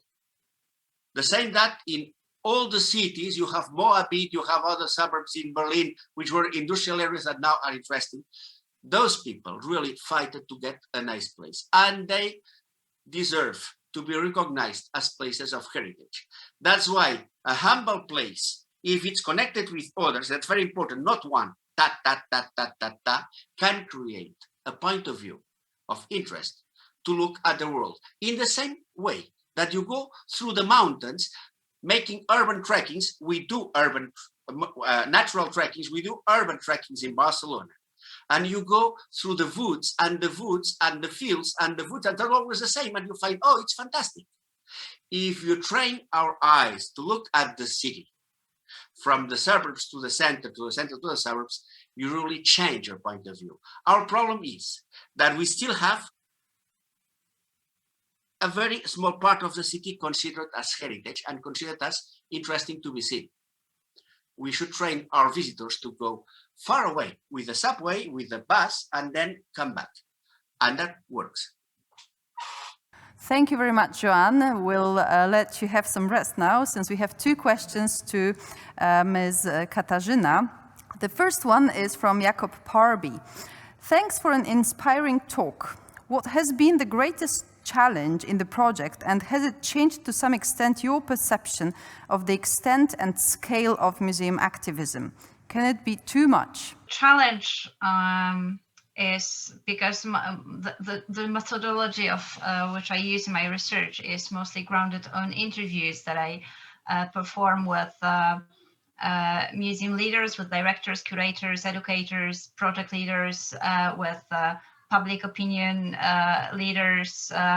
So it's always a challenge to have an honest answer regarding what's happening in the museum and around the museum, and what are the tensions, what's the situation around a particular matter, given as the official answer. So I observed my case studies. I've been observing them for quite some time, and I had the knowledge of how the things work in every particular case. However, I know it off the record, because always what's the most important and crucial and interesting happens when I turn off the mic.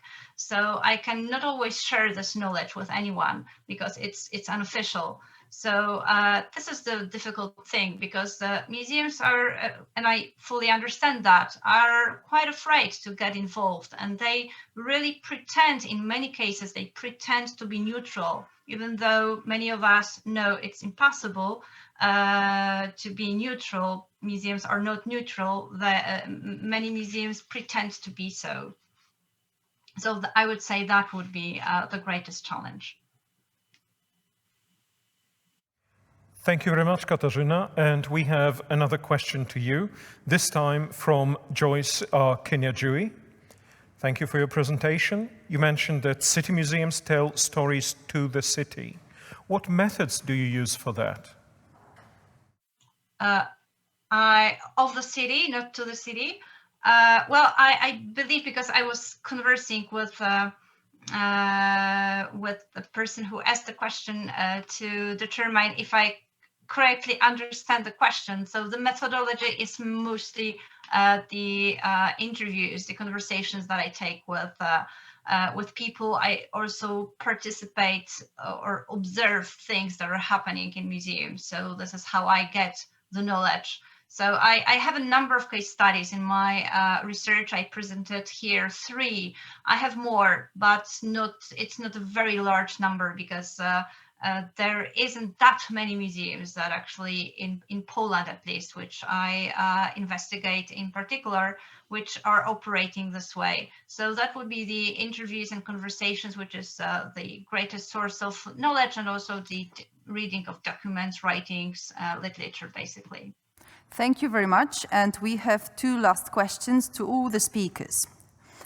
Where does the term village stop and the city begin? Is it just a matter of population size, or an administrative core is needed to characterize an urban area as a city? If I may, in terms of Vola, as I said in the presentation, it was a big village, it was called that. It started with urban development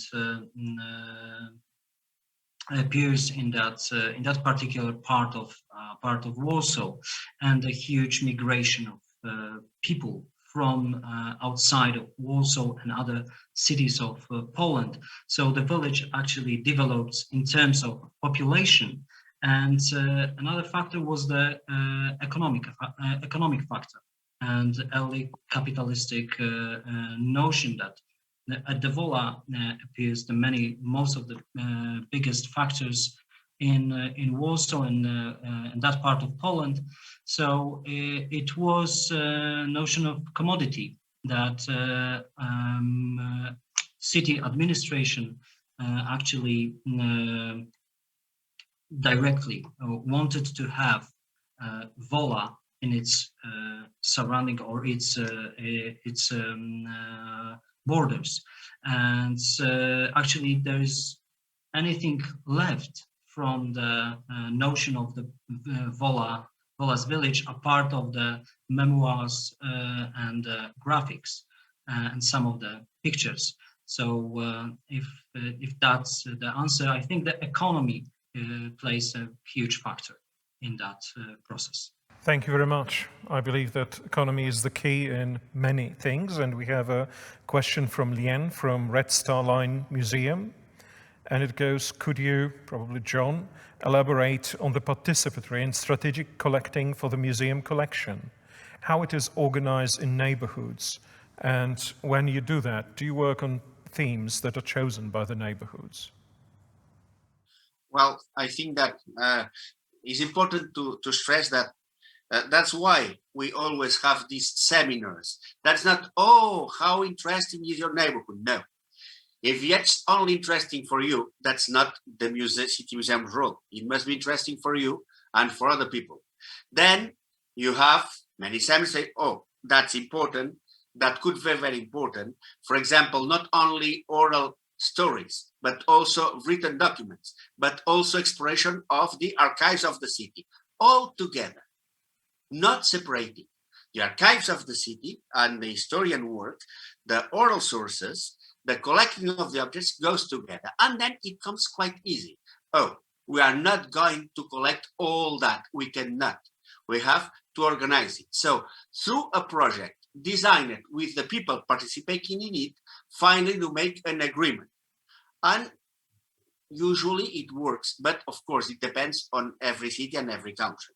Thank you very much. These are all the questions that we actually got. And should you have any further questions, now is time for you to ask them, because we'll have a 15-minute creative break for chatting, discussing ideas further. And during this 15-minute creative break, we will also have some footage from the Gons City Museum Stam. So this is the time for you, ladies and gentlemen. And we will be back with you precisely at 4:30 European time.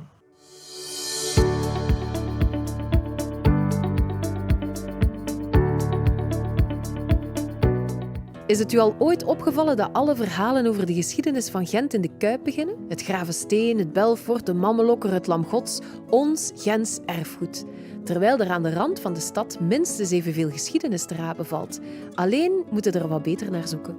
Dit is het verhaal van een plein aan de rand van de stad. Ergens tussen de Muiden, Blaisantfest en Tolhuis aan de Voormuiden. Een plein dat meer dan 700 jaar geschiedenis in zich draagt. Het Neuzeplein. Het verhaal van dit plein begint niet met een vermelding in The Lonely Planet, maar wel in frituur Tolpoort, een van de laatste barakfrituren van Gent, met uitbater Ridvan, die 50 jaar geleden op deze vierkante kilometer is terechtgekomen, en met mij, die op zijn vraag maandenlang alle hoeken van dat bizarre plein afloopt, op zoek naar de laatste sporen van een roemrucht verleden. Tot het mij invalt dat ik het al die tijd op de verkeerde plaats aan het zoeken ben geweest en dat het verhaal van dit plein helemaal niet begint op het land, maar op het water. Muiden. Het woord zegt het eigenlijk zelf. Het was een monding en de Voormuiden was dus het stukje land voor de monding. Maar toen Gent het in de 13e eeuw inpalmde, was het hen helemaal niet om dat lapje grond te doen, maar wel om de controle over het water er rond.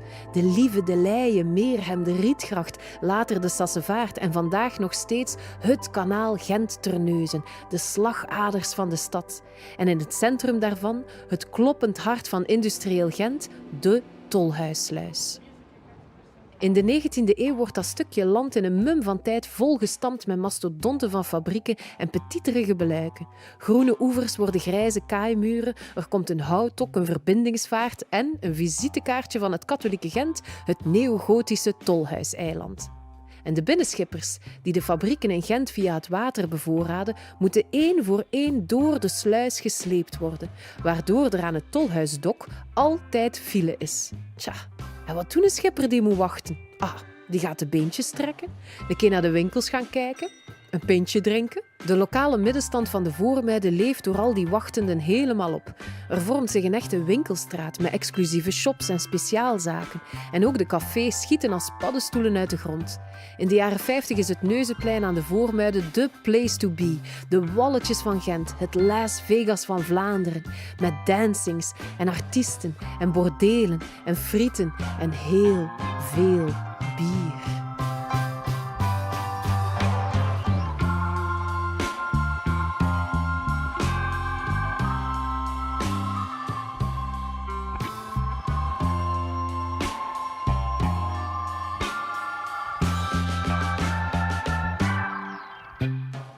Dat is de wereld die de schippers te zien krijgen en de verhalen die zij vertellen. Maar achter die façade van winkels en cafés in de zijstraatjes van deze schippersbuurt wordt op datzelfde moment een eerste hoofdstuk geschreven van een ander verhaal. Een verhaal dat we vandaag vooral associëren met de Sleepstraat en het Sluizeke, maar dat ooit hier is begonnen. Het verhaal van de Turkse migratie naar Gent en meteen ook het verhaal van Ridvan. Kent hem nog? De frituurist van daarjuist? In 1965 komt Ridvan zijn oom Halil Alce als een van de eerste Turkse arbeidsmigranten toe in Gent. Een bedrijf in Terneuzen had hem naar Europa gehaald en daar had iemand hem verteld dat er in Gent veel meer werk was. Dus reist Halil naar Gent en effectief, terwijl de schippers gouden tijden beleven, is men in de textiel wanhopig op zoek naar extra arbeiders. Halil wordt met open armen ontvangen en krijgt direct een huis aangewezen in het beluik van de Bevelandstraat, achter het Neuzenplein. Ondertussen is dat beluik afgebroken en is er een gezellig buurtparkje in de plaats gekomen. Maar Ridvan herinnert zich nog goed hoe het was toen hij hier woonde. De huisjes van 3 op 3 meter, de kolenbakken voor de deur, het water uit de pomp, de gedeelde toiletten en het huisje van zijn oom Halil in de hoek, waar de deur werd platgelopen door ronselaars van de textielfabrieken. Omdat Halil in Terneuzen een mondje Nederlands had opgepikt, was hij jarenlang het aanspreekpunt voor textielfabrikanten die arbeiders zochten en aan Halil kwamen vragen of dat hij niet nog wat mensen in Turkije kende die te overtuigen zouden zijn om voor een paar jaar naar hier te komen. En Halil, die doet dat. Hij haalt zijn broer en zijn familie naar hier, hun kinderen en hun broers en zo verder. En wat vandaag algemeen bekend staat als de Turkse gemeenschap van Gent, is daar en toen begonnen als een verborgen wereld in de beluiken. Alleen het toeval wil dat recht tegenover deze verborgen wereld de meest nieuwsgierige studenten van Gent op school zaten, op het Stedelijk Instituut voor Sociale Studies, kortweg het SCIS. Het liep daar in de jaren 60 en 70 vol studenten met lang haar, wijde pijpen, bloemenjurken, maar vooral met radicale opvattingen over de samenleving en ongelijkheid en de goesting om de handen uit de mouwen te steken. En zij begonnen in de buurt te experimenteren met buurtwerk, opbouwwerk en dienstverlening voor nieuwkomers en oudkomers, zoals de bejaarde schippers die aan wal komen. En zo komen we terug uit op dat plein waar ik al die maanden de zolen van mijn schoenen heb gelopen zonder er ooit achter te komen of de knopjes aan de lichten nu werken of niet. En begrijp ik dat dat plein helemaal geen plein is, maar altijd een kruispunt is geweest. Niet alleen van waterwegen en landwegen, maar ook van mensenlevens. En dat hier eeuwenlang paden hebben gekruist aan de sluis en in de beluiken, in de cafés en de winkels, maar ook op het plein zelf. Op het grasperksken onder de bomen, aan de tramhalte, aan de kiosk en uiteraard bij de frituur. Tot de waterwegen werden toegelegd en het plein onder een 4-vaksbaan verdween. Vanaf de jaren 70 wordt de Voormuiden door al die ingrepen afgesneden van de rest van de stad en tegelijkertijd overgenomen door koning Auto. Een stukje Gent waar mensen liefst niet te lang blijven hangen. Niet meer de sluis, maar het verkeerslicht. De tussenstop in plaats van de bestemming. Aan de andere kant van dat stoplicht, voorbij de Sint-Salvatorstraat, houdt de middenstand het wel langer vol. Winkels die leeg komen te staan worden overgenomen door Turkse gezinnen die na de sluiting van de textiel hun werk zijn kwijtgeraakt. En vooral de Sleepstraat leeft op en groeit in de jaren 80 en 90 uit tot de Turkse winkel- en horecastraat van Gent. Maar daartegenover steekt de leegstand en de verloedering voorbij het Celeskest aan wat ooit de rijke schipperskant van de buurt was, steeds schriller af. Het tij keert in 2003, wanneer de oude A-sectiete wordt omgevormd tot een hip shoppingcentrum, de oude dokken de nieuwe dokken worden, verderop een nieuw justitiepaleis en een nieuwbouwwijk worden opgetrokken. En zoals het altijd gaat met dat soort grote projecten, eerst gaat het veel te traag. En dan ineens gaat het te snel. Plots is Dok Noord de place to be, komt er een nieuwe brug en schieten er overal winkels, eethuisjes en cafés uit de grond. Jonge mensen kopen krotten en maken er postmoderne paleisjes van. En de verhalen van de schippers, de Vlaamse en de Turkse arbeiders en de middenstanders van weleer.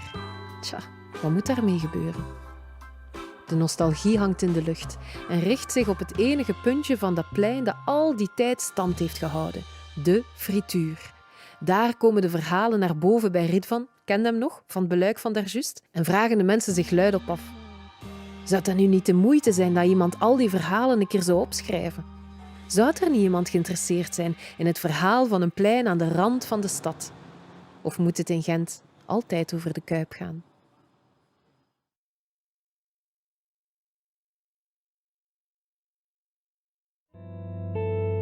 De gevels zijn voor een wijk wat de cover is voor een boek. Zo misleidend. Als je door de straten wandelt, lijkt de Brugse Poort een wijk met allemaal dezelfde huizen. Deur, raam, deur, raam, deur, raam. Maar achter die monotone gevelrijen schuilt een soort parallel universum van autoboxen. Vanuit de lucht ziet je het nog het best. Nergens in Gent zijn zoveel garageboxen als in de Brugse Poort. We hebben het op het stammes uitgerekend. Zowat 50.000 vierkante meter gaat eraan op. Dat is meer dan 7 voetbalvelden. En akkoord, die worden niet allemaal voor auto's gebruikt. Maar zeker nu de stad terug groener en leefbaarder wordt gemaakt, dringt de vraag zich op. Hoe komen die daar terecht? Waar komen die autoboxen toch vandaan? En het simpele antwoord is, druk bewoonde wijk plus weinig parkeerplaats is garageboxen. Maar dat is in alle andere wijken ook het geval. Dus moet er nog een andere reden zijn waarom de Brugse Poort is uitgegroeid tot Autobox Heaven. En er is maar één plaats waar we die kunnen vinden, in het verleden. In de jaren 50 steeg de welvaart en groeide de middenklasse ook in de volkswijken uit tot de grootste groep. En het statussymbool van die groep was een eigen auto. Het probleem is natuurlijk, waar ga je in een dichtbewoonde wijk je auto parkeren? Ja, op straat was toen echt wel nog not done. Dat stond in de weg en dat was bovendien vrij blasé. Maar gelukkig schuilde er ook toen achter de gevels een parallel universum. Niet van autoboxen, maar van tuinen en boerderijen. Het is vandaag bijna niet meer voor te stellen. Maar de wijk die sinds jaar en dag symbool staat voor rauwe stedelijkheid, was een eeuw geleden nog gewoon groen. En het is ook in die periode dat de grootvader van Lilian en Hilda naar Gent is gekomen om hier in de Geitstraat, toen nog aan de rand van de stad, een boerderij te beginnen. Moeten we aan het gaan spabbelen? Doe het mij onderschrijven. Als ik geboren ben, was dat hier nog een boerderij. Ja. En er stonden hier koeien, meer de koeienstal hier nevers. En de veertjes. Ja, de veertjes hier en de kikkers gaan er van achter. Ja. Ons grootvader die had een paard dat hier in de stal stond. Met zo een deur in twee gedeeld. Dus als die bovenkant openstoot, ziet dat paard kan naar buiten kijken. Maar zei altijd, zegt dat. Maar paard zie maar liever of maar vrij. Ja, juist, ja, maar hij was dat dus. Dat zei. Want dat paard met die lijpen zo tegen hem. En van hem krijg ik nou een totje, maar van mijn vrouw niet meer, zei hij. Ons vader, die heeft ons in 1941 voor de eerste keer een auto gekocht. Het was een tweedehands. Dus ja, we moesten met die auto weggeven. De veertjes waren toen al weg. En toen die deur hier toegedaan en aan de andere kant een puurte gemaakt. en de auto doorheen gezet. Dus dat was niet de garageboxeren. Terwijl dan toen erachter er veel gevolgd zijn. De buren denken dat ze een autobox wilden gedaan. De stallangen werden dus voorbij naar autoboxen. Ja. En dus van hier komt er 2 en dus komt er 10. En ja, nee, stoot eigenlijk eens vol uit ons. Hilda en Lilian zijn wellicht de laatste Gentenaars die zijn opgegroeid op een boerderij in het midden van de stad. Want eens het gat in de jaren 50 ontdekt was, ging het snel. Overal werden binnenruimtes omgebouwd tot garageboxen. In andere wijken waren dat beluiken en kleine fabriekjes die achter de gevel stonden. Maar juist omdat de Brugse Poort tot dan zo groen was gebleven en er nog boerderijen waren, kon ze sneller dan andere wijken omgebouwd worden tot het garagebox Walhalla van Gent. En smolt die verborgen groene wereld weg als sneeuw voor de zon. Enfin, weg. Helemaal beslecht is de strijd tussen stad en platteland hier nooit. Niet toevallig is hier de eerste boerenmarkt van Gent gehouden in 1982, richtten anarchisten de alternatieve ecologische gemeenschap op in 1993 en vinden we vandaag Viechoteca, Akker en Ambacht, de Boerse Poort, de volkstuintjes van de meubelfabriek en de geveltuintjes van Mohammed en Saki. En wie weet worden die boksen wel ooit terug stallen en die parallelle grijze wereld achter de gevels terug groen.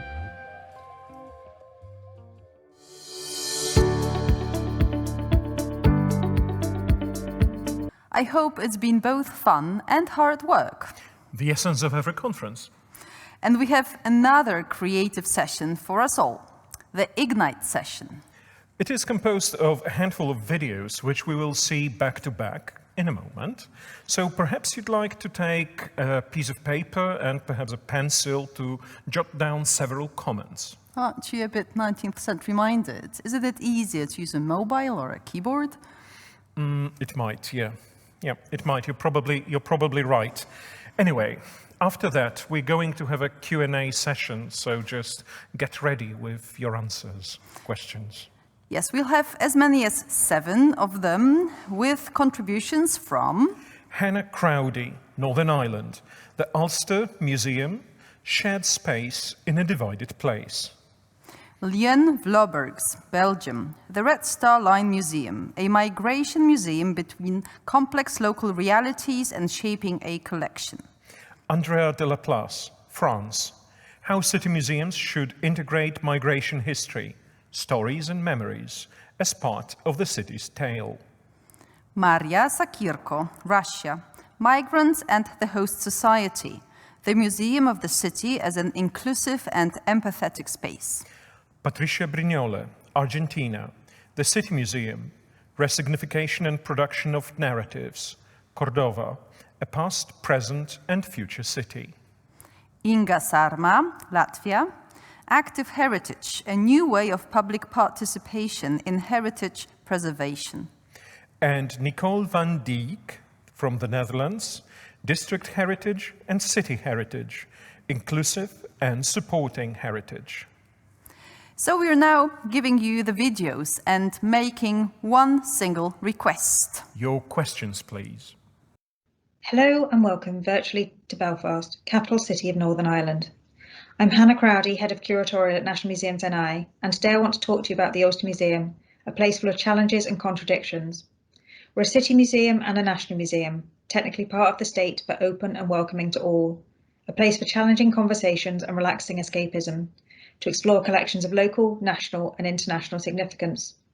We opened as the Ulster Museum in 1972, the worst year for loss of life in the civilian and political conflict commonly known as the Troubles. The traumatic events of the years after 1968 touched almost everyone who lived here and many others from further afield. Inevitably, the interpretation of these events is contested in terms of significance, meaning and responsibility, and while we have a shared past, we do not have a shared memory. What does this mean for us as a city museum in the 21st century, as we seek to diversify our audiences by achieving greater contemporary relevance and putting access and inclusion at the heart of everything we do? How can we be a genuinely shared space in a still divided place? We believe we have an important role to play in the government's commitment to improving community relations and building a united and shared society, with equality and mutual respect at the fore. If we are to do so effectively, we cannot shy away from our past, nor the persistent challenges of the present. So we need to be brave in what we do. We have led the way in our approach to ethical curatorship, particularly with our Troubles and Beyond gallery and associated work. We provide a safe and shared space to explore difficult and often traumatic subject matter. We do so through deployment of our collections to illustrate different perspectives and experiences, and we work in partnership and make space for alternative voices and opinions. We are in constant dialogue with our audiences and seek to learn from them and improve our practice. We believe the Ulster Museum is playing a significant role in the social peace process, in offering space for reflection and an opportunity for the public to examine contested history through critical narrative and interpretation within which multiple perspectives intersect. Important as the past and its legacy are, there is much more to this place, and we do not want to be defined by what has gone before. We are conscious of the different ways in which Belfast and Northern Ireland have made an impression on the international consciousness, for example through the filming of global television phenomenon Game of Thrones. Harland and Wolff's Paint Hall, iconic relic of this city's industrial heyday, is now a major film studio and part of our culture and heritage in a new way, so this should be recognised in our museum.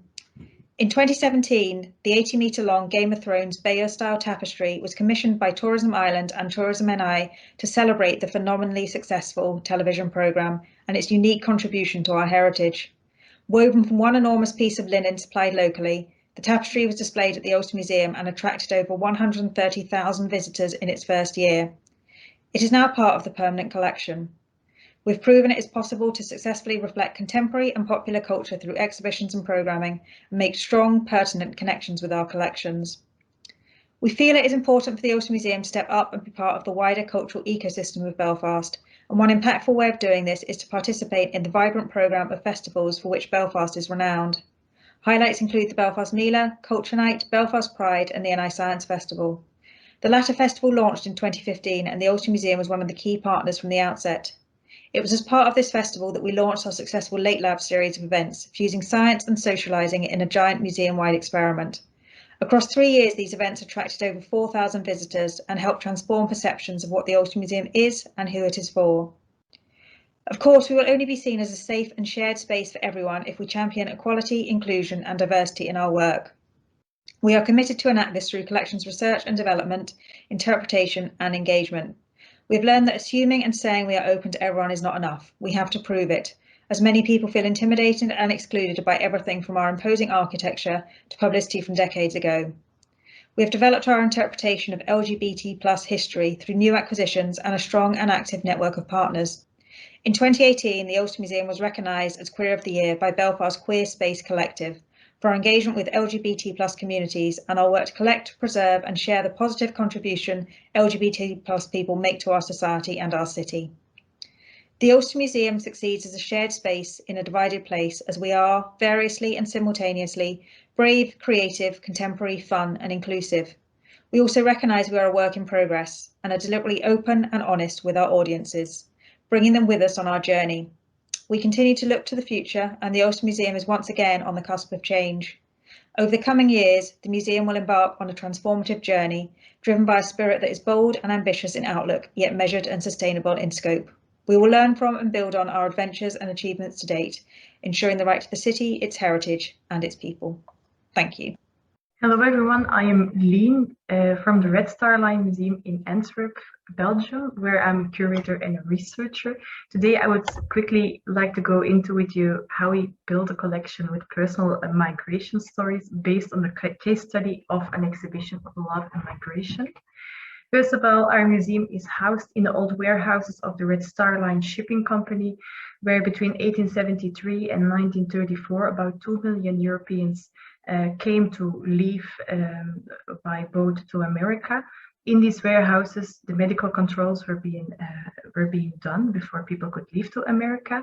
Our permanent exhibition is really based on these historical migration stories to America, but in our temporary exhibitions, we also open up to migration today and everything between the Red Star Line time and today. The content of our temporary exhibitions, we search them and we research them in testimonies. So we gather people who have migrated to tell their testimonies, their stories, and to share their photos and objects. So this content for exhibitions is really personal, really individual based, and is also what we like to safeguard in our collection more sustainably for the future.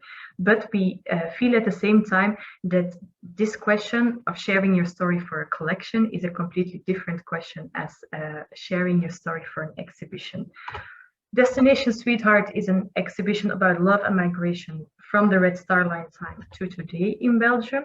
And yeah, because we felt that the question of asking, can you share your story and work together with us on an exhibition is a different story than the bigger question of donating, sharing a story for a collection.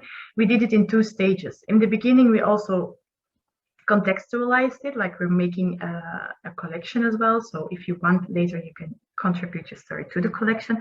But first of all, we collaborated with them to build this exhibit, this exposition, and it went quite beautifully. We really found together with the people very intimate, personal objects that symbolized their stories.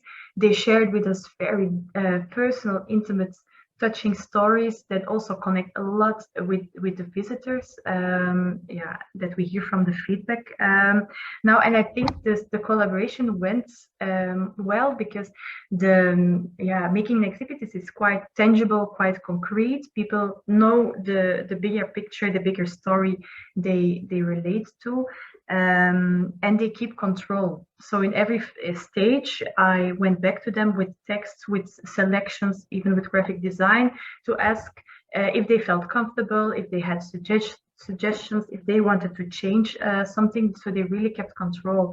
But later, if we ask the question of, and would you like to contribute your oral history testimony that we did for the exhibits and your pictures and maybe even objects also for the collection, we get a lot of questions, and also questions we cannot necessarily answer. So it becomes more abstract, bigger. It's a collection is forever. It's also open. Other people can use it and do something with it. So we as an institution lose control. We cannot answer all the questions that people ask us, and also they lose control of their authentic and very personal, very intimate story. And also they have the feeling like, okay, I'm telling this story now, but maybe when I tell the story again in 10 years, I will tell it differently. I will have another view. And what about my children who are small now, but when they are grown up, would they feel comfortable that I shared this story, my personal family story, with the museum and with the collection? So we feel that this process gets very blurry, and yeah, it's also cause for confusion. And we only want to do this when people feel 100% comfortable. So after each project, because this is not the first project we have been doing in collection building and with the content of exhibitions, and I would like to welcome you to go to our website to see these other projects as well. But after every project, we need to question ourselves. What did we learn from this process of collection building? Can we find new methods? Do we have new views? What are our conclusions? And I would like to share some thoughts after this process with you. We think now it might be more, it might be better to only focus on less recent and more processed stories for the collection, not for the exhibition. And the more recent, more fresh stories can be suitable there as well, because people at an older age, they can reflect more on their life and on the bigger scope as well. So maybe they're more likely to become heritage. Maybe we should do other trajectories. First, the oral history project with interviews, and only then seeing what we can do as an exhibition with it. Or should they become completely separate trajectories? Maybe we should do our interviews more openly. Maybe we should only ask one question. What do you want to tell the future generations about your migration experiences and migration stories? And as a researcher, take a step back and forget what you're looking for, and not pushing people in some kind of thing that you're interested in. But anyway, the matters of privacy, of protection, and anonymity will always exist. So maybe we just need new views on how this kind of collections can be shared with the wide public and become a collective memory, but maybe in a less public way. In any case, we are still in a big debate, and we like to be part of the bigger international debate as well. We are looking for inspiration and the sharing expertise. So if you are in any way struggling or finding your way and experimenting like we at the Red Star Line Museum are certainly doing, yeah, we are very interested to share with you. So contact us, please, and let the debate go. Thank you. Hello, everyone. It's a pleasure to be part of the CAMOC Krakow Conference 2020-2021. And I'm going to talk today about the Centre d'Histoire de Montréal, that now it's called Centre des Mémoires Montréalaises. At the moment, the museum is closed. It's going to reopen next year, 2022, with a new permanent exhibition. So while I was preparing my presentation, I had in mind the following question: how city museums are integrating migration history as part of the city's tale.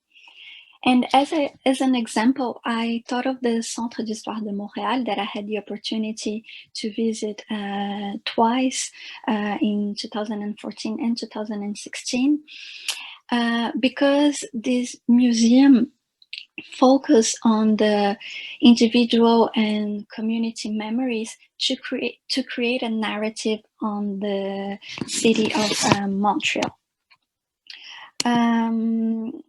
The Centre des Mémoires Montréalaises mobilizes the population of Montreal to help highlight Montreal's identities. It brings together the testimonies of various communities to tell the story of the city, thus valuing the local memories as a key factor for the museum narrative. Multivocality is at the center of the curatorial practice and process.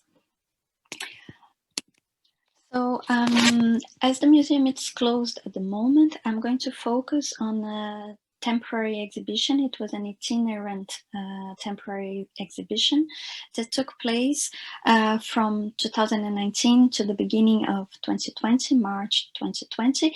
And it was hosted by different places around the city of Montreal. The name of the exhibition was Fenêtres sur l'immigration, and it focused on the testimonies of 38 migrants that moved to the city of Montreal, and they came from different countries. They came from Brazil, from Portugal, from Bangladesh, from Italy, from Congo.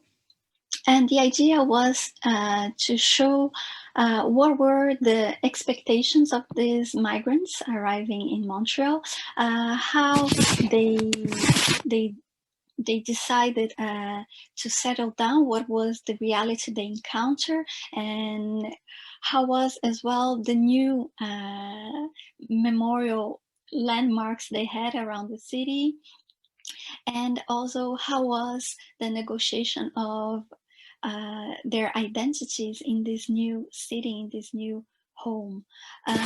So the exhibition focused around 6 thematics and 6 questions, and it showed the importance of these personal memories in creating the history of the city of Montreal itself. So Montreal is a living and dynamic entity born from the encounter between a territory and populations. Like any city, it is constantly changing, never completed, always in the making. It carries with it the traces of those who have gone before us, physical traces inscribed in the architecture and landscape of its neighborhoods, intangible traces flowed into lifestyle, languages, and mentalities. To achieve its mission, the Centre des Mémoires Montréalaises gives a place to the citizen voices of yesterday and today. It reveals the different facets of Montreal in all their richness. Whether you are from Montreal or have adopted the city, you are part of its history. So it's very clear this focus of the museum staff in bringing these personal memories, these individual memories into the spotlight, and by this process in creating a multivocal exhibition and a multivocal narrative. So this is a good example on how migration history is part of every city's history, and it enhances inclusiveness in everyday life by showing that its inhabitants are from different backgrounds and cultures, and that represent the richness of local history and memories. By shortly presenting to you the Centre des Mémoires Montréalaises, I wanted to open the discussion on the importance of local histories and memories when creating a museum narrative dedicated to the history of a city. The right to the city, it's also the right to local memory and heritage.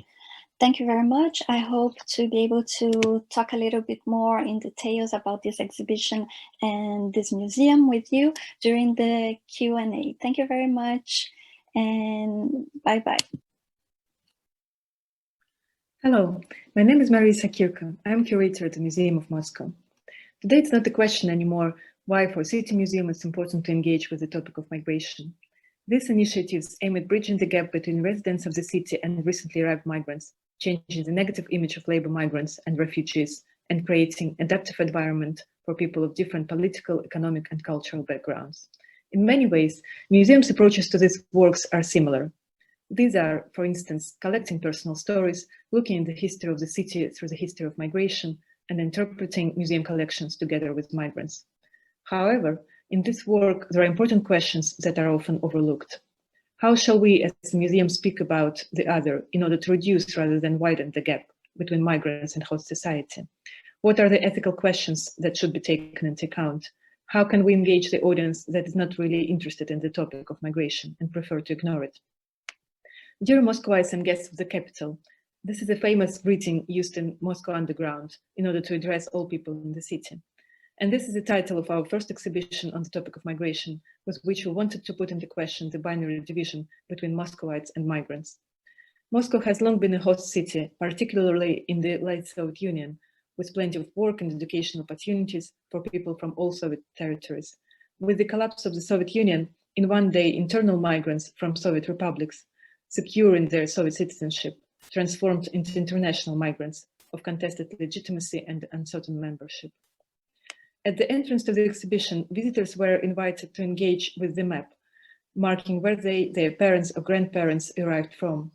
The map was filled in very quickly, demonstrating that actually those who are Moscowites today are usually migrants in the second or third generation. Preparing the exhibition, we asked our interlocutors who arrived in Moscow in different times to define who Moscowites are. And here are two definitions that I like the most. They do not define belonging to the city in terms of categories and boundaries, but focus on the connections to the city through places and activities. This idea of connections rather than boundaries was taken as a ground for the exhibition. Working with contemporary migration, we chose 20 typical places that represent various spheres of social life in the city: a theater, a university, a market, a school, a hospital, a library, and others. In each of these places, we found people with migration experience who were ready to share their stories of moving to Moscow. We decided not to divide migration into different types, talking about labor, professional, and forced migration in the same space. For instance, the story of famous baritone Alcina Zizov at the Bolshoi Theater was placed next to the story of labor migrant Abdumamat, who works as a builder in Moscow and in his free time plays in the experimental Moscow Theater.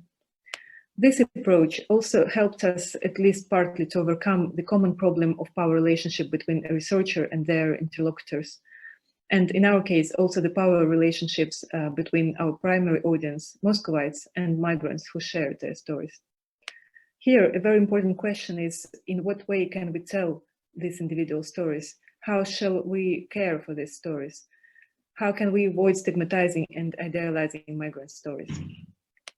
This is why, for example, we didn't use any labels next to personal video stories. We didn't want to turn them into objects by labeling as the story of Abdumamat from Tajikistan or something like that.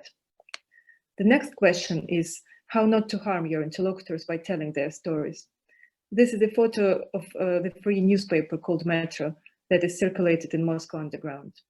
It was published next day after the opening, and none of us expected that.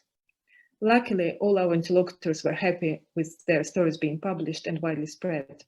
But it's crucial to always take into account the possible circulation of the stories beyond museum walls. Trying to bridge the gap between residents of the city and recently arrived migrants, we also have to be ready to encounter this conflict in the museum space. Our audience expects to see exhibitions about Moscow and Moscowites in our museum, and many of them came to us with the question, why is it here? This question was in the air also within the museum team when we worked on the project. We approached this conflict through looking for common experiences and posing questions about home, belonging, and the sense of identity. These are the questions that all of us engage with in different times of our lives. For migrants, the notion of home is continuously redefined, and as one of our interlocutors, Alexander, suggested, can be described as a sense of being between places rather than being rooted in one single place. Through conversations with our interlocutors, we tried to build a nuanced and personal scale view of Moscow and of their homeland, pay particular attention to our interlocutors' perception of Moscow's sights, sounds, and rhythms, think of the city not as built structures, but as sites of human experience that unite social relationships, memories, emotions, and connections to places, and suggest our audience to think of their Moscow and their personal sense of belonging to the city. To conclude, we approach our work on the topic of migration as a research project, through which we always develop our methodology, find new ways of engaging with our audience, and posing new questions. Thank you. Welcome to all dear CAMOC members, colleagues, and friends. I am Argentinian museologist, research, and professor. I offer my service to the town hall and I am managing the Córdoba City Museum. In 2017, the project to define the new mission of the City Museum began. As a part of the strategy, the new scribe, the museum took at the colonial approach. In the first 2 years, the change in mission and activity increased the audience and visitor participation. In the last time, how do we find ourselves? The health crisis surprises us. Most of these strategies do not reach. I want to bring up the idea of relocate to our nearby territory and how that condition became global. CAMOC is a great forum that summoned us to rethinking the city and its people as a subject of study, and the work in our museum today challenges us again.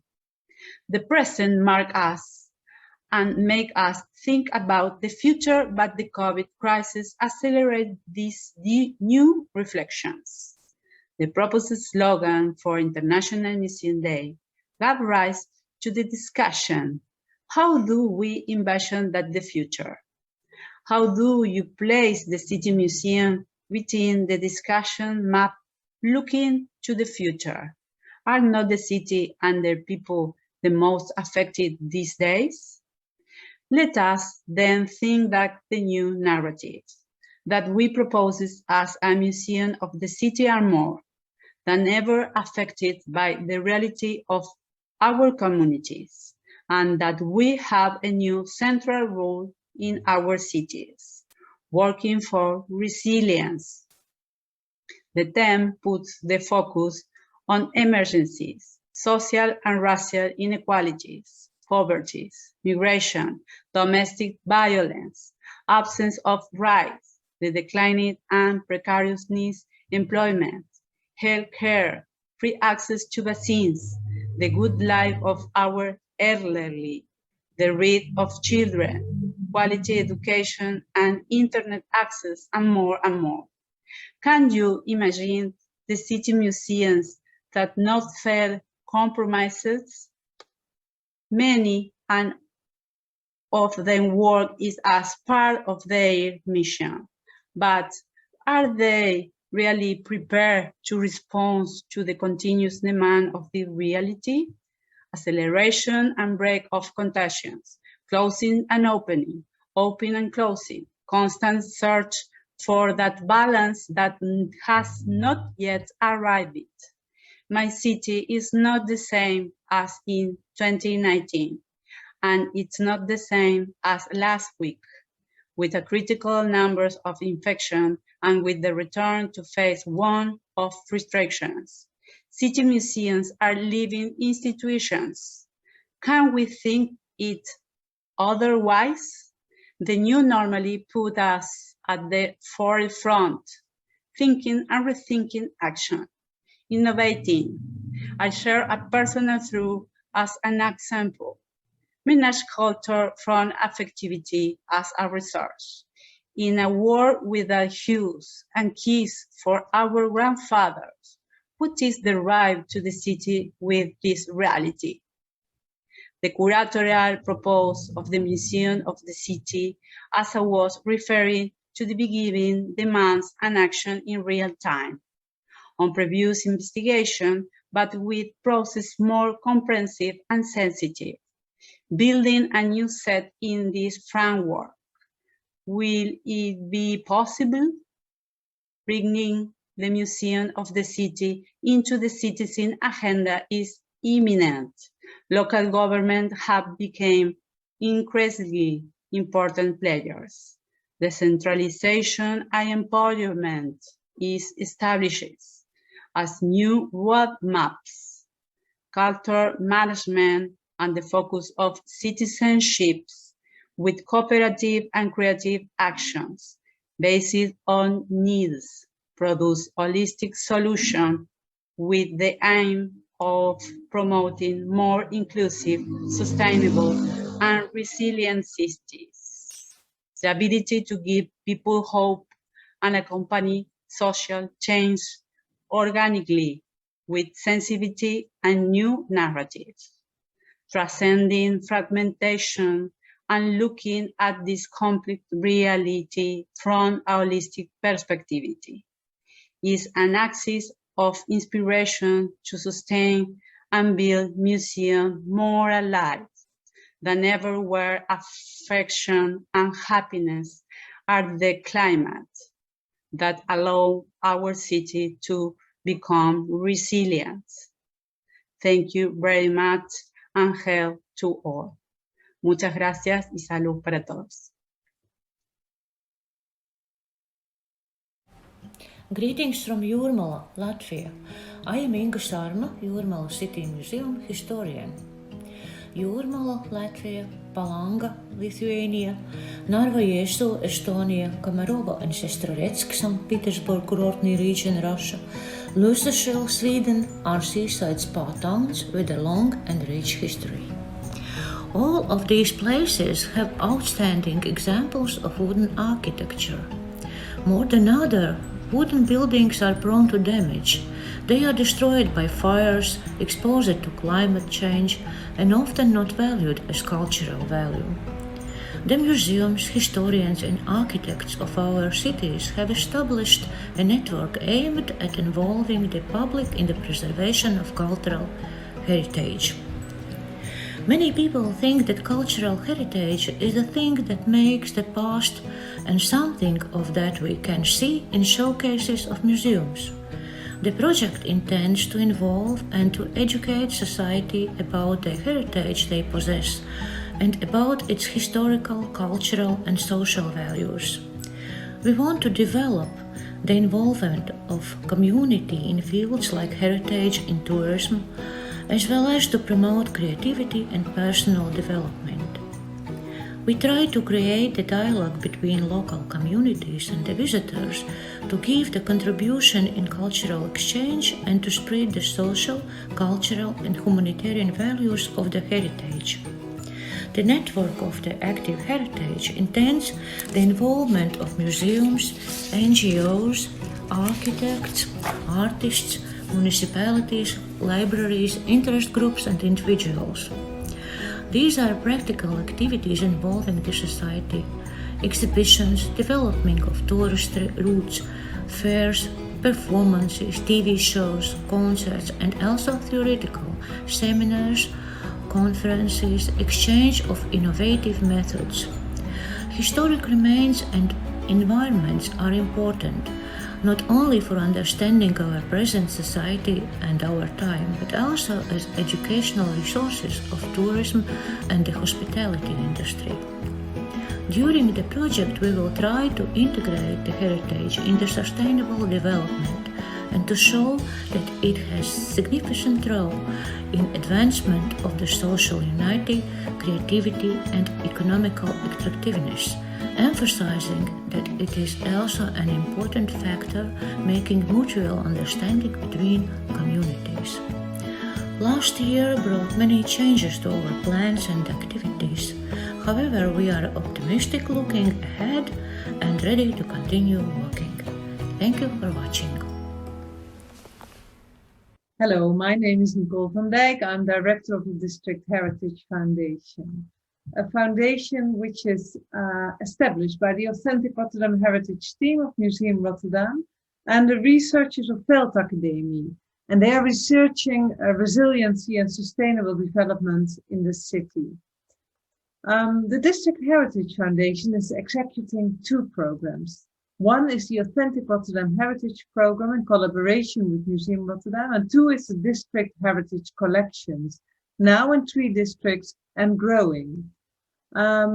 Just to remember, the Authentic Rotterdam Heritage Collection is a collection of communities, persons, developments in the city, which visualize the intangible contemporary heritage of the city.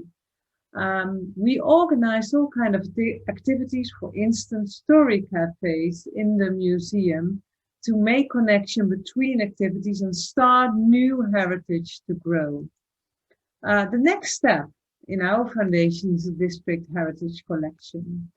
In this collection, we collect stories of the neighborhoods and preserve them as a heritage of the neighborhoods. We do this, of course, together with inhabitants and organizations and companies in those neighborhoods, and we organize together activities.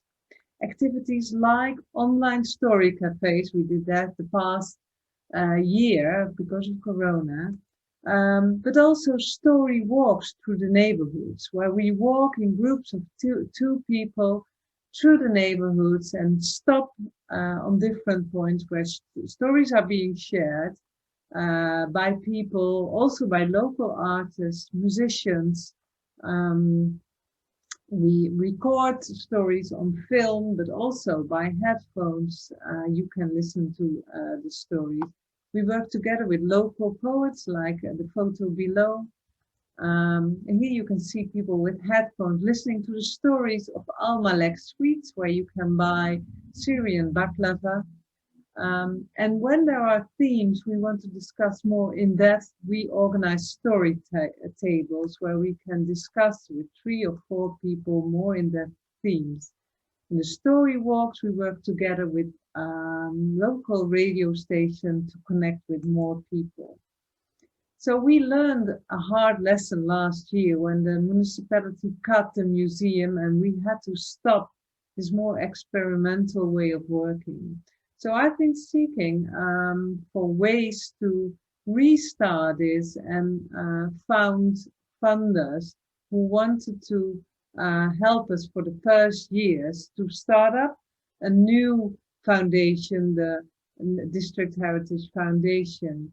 So we looked for various cultural funding, but also social funding and educational funding to have a more spread risk in this. And what is very important, in this 2-3 years, we are going to make the impact we make very explicitly visible. We do this together with artists. For instance, this illustration where we show what we are doing in what neighborhood, with whom in the city, but also by measuring networks and relations which are emerging because of our activities and what the relations mean. With this information, we generate something which is very interesting for organizations and companies who want to learn and what drives people. So I'm talking about professionals, bank employees, insurance advisors, also housing corporations. They want to know the city and learn about city life. So we offer courses with introductions to city life, with a tour through neighborhoods, and we tell what drives people. We reflect together with these professionals on what they've seen and what it means for their business. So in future, each activity of the Wijkcollectie is at least for 50% funded by a course for professionals in order to develop a reliable and sustainable organization which can fuel city development with culture and heritage. Thank you very much. Thank you very much. This is real food for thought. 7 films, 7 videos, 7 presentations, so different. And this is why we have so many questions. The first question is from Jelena Savic to Hannah. I'd like to learn a little bit more about how you usually obtain and incorporate feedback from the community into the museum's work, perhaps through an example of how possible conflicting views and memories on the same issue are embraced. Hi, thank you very much for the question, and thank you for the opportunity to be part of this conference. To take the Troubles and Beyond gallery at the Ulster Museum as an example, we deliberately called it Beyond because it's beyond the signing of the Good Friday Agreement, so the peace process here, but it's also beyond in that it's not just about conflict. So it is very much about a whole range of views, not just 2 competing opinions. And what we do is we would refer to our equality legislation here in Northern Ireland, and we'd look at who it's important that we represent and where the gaps are.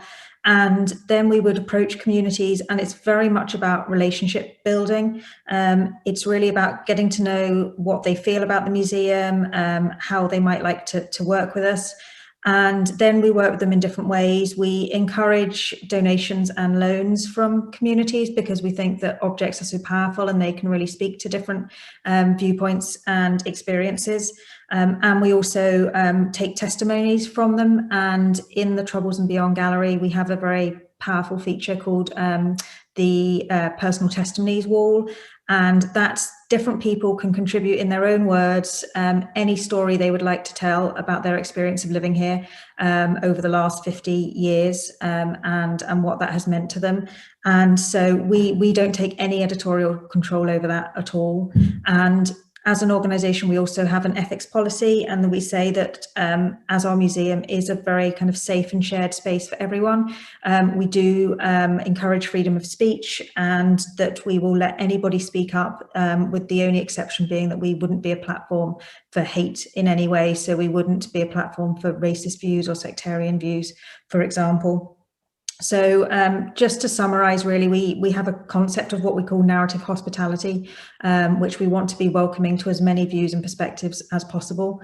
And we would include them in all our work, and that is generally very well received by people. Thank you very much. The following question is a question for Andrea. So it is addressed to France. What, in your view, are the main conceptual differences between the exhibition you shared with us at the Centre of History of Montreal and other exhibitions of migration museums like the ones in Paris, London, and Sao Paulo? This is a question from Joanna Monteiro, and the next one is going to be to Maria. Thank you, Joanna, and thank you all for your questions. I chose the project from Montreal because it doesn't have the name migration on it. The other museums all work also with community and individual memories and oral history. But the particularity of Montreal is that it's a museum that is dedicated to the city. And once you visit it, you see that the history of migration is included in this museum without having to be a museum dedicated to the migration history. And I think that's why it's such a rich example. It's such an important project. I had the occasion, as I said, to visit this museum twice, and also to speak with the staff of this museum, my colleagues from Montreal, and I am in contact with some of them that have been working in other projects, not only this one that I presented today. And really their focus is to tell the history of the city, but including all the memories. So be that of migrants, be that of the LGBTQ community, all the different communities that are part of a city, all of the inhabitants. And that's why I think it's the importance of this project, and that's why I chose it. Thank you. Thank you very Now we have a question for Maria. Thanks for sharing such a humanizing and inclusive project on the recent migrants in Moscow, avoiding stigmatization. Is the Museum of Moscow taking forward this line of research and programming? Hello, thank you very much for the question. Well, yes, we keep working with the topic of migration a lot and exploring this theme. And for us, we work in several directions. So basically, it's working with host society a lot, and through inclusion of the topic of migration into all exhibitions that we work on. So, for example, now we are working on the series of exhibitions about Moscow neighborhoods, and we collect a lot of personal stories, and we try not to collect only stories of those who live in these areas for a long time, but also those who arrived there from other cities and who can share their experience of moving to this area and meeting new people and finding new places that they feel connected to. And at the same time, we try to work with migrants themselves. And here the very important question is what actually a museum can offer them, and what is it that they really need. Because a lot of labor migrants are very busy and they don't really have much time to go to museums. And so, for example, this year we're launching the series of excursions in the center of Moscow. But we didn't want to name them as excursions for migrants. We just call them excursions with the possibility of translation into Tajik, Kyrgyz, Uzbek, Arab, and other languages. And we already can see that there is interest to this. There are a lot of people signed for several excursions in different areas of central Moscow. So yeah, we'll see how it goes. The first excursion is on Monday. Yeah, so I think the main idea is that we work into different directions with host society and with migrants, and always kind of create different ways of how to include migrant stories and how to hear them and to offer something for them. Thank you. Thank you very much. Thank you. Sorry for the short break. This is a question from Jenny C, and it is to Lien. Thank you for sharing the projects. Could you share with us more about the approach, how you reach to people, and how you invite them to share their personal stories? Maybe an important thing is that we are not a city museum specifically. We're a museum funded by the city, and we started from the history of Antwerp city with a migration to America. But now we're opening up to migration today and everything between, as I explained. And it means that we also invite people from other parts of Belgium to share their story. So we cannot we don't always work with the communities of the city and the neighborhoods, as I heard in different speeches today already, which is very inspiring as well. But for example, for the exhibition about love and migration, people who came to Belgium for love, we worked in a more individual way. So we go through our network that's already existing. We have a network with social organizations of migrants, self-organizations, but also teachers who teach Dutch to migrants who come to Belgium, and they can introduce in their classes if someone wants to share their story. We also have a guide. We have a lot of different guides who speak different languages and have different backgrounds, who always also want to go to their networks to ask if someone wants to share their story. We go to researchers, people who work with in a specific topic, if they know people who want to share their story. And so we use the existing network that we already have, and we broaden it up every time. And now the Love and Migration exhibition was quite individual topic, but now we're also working on a next exhibition about refugees in Belgium since the Second World War until today. And then we're more working with communities. And so Also, more vocal communities come to us with questions they have towards us. So it's going to be another way of working as well. It develops differently.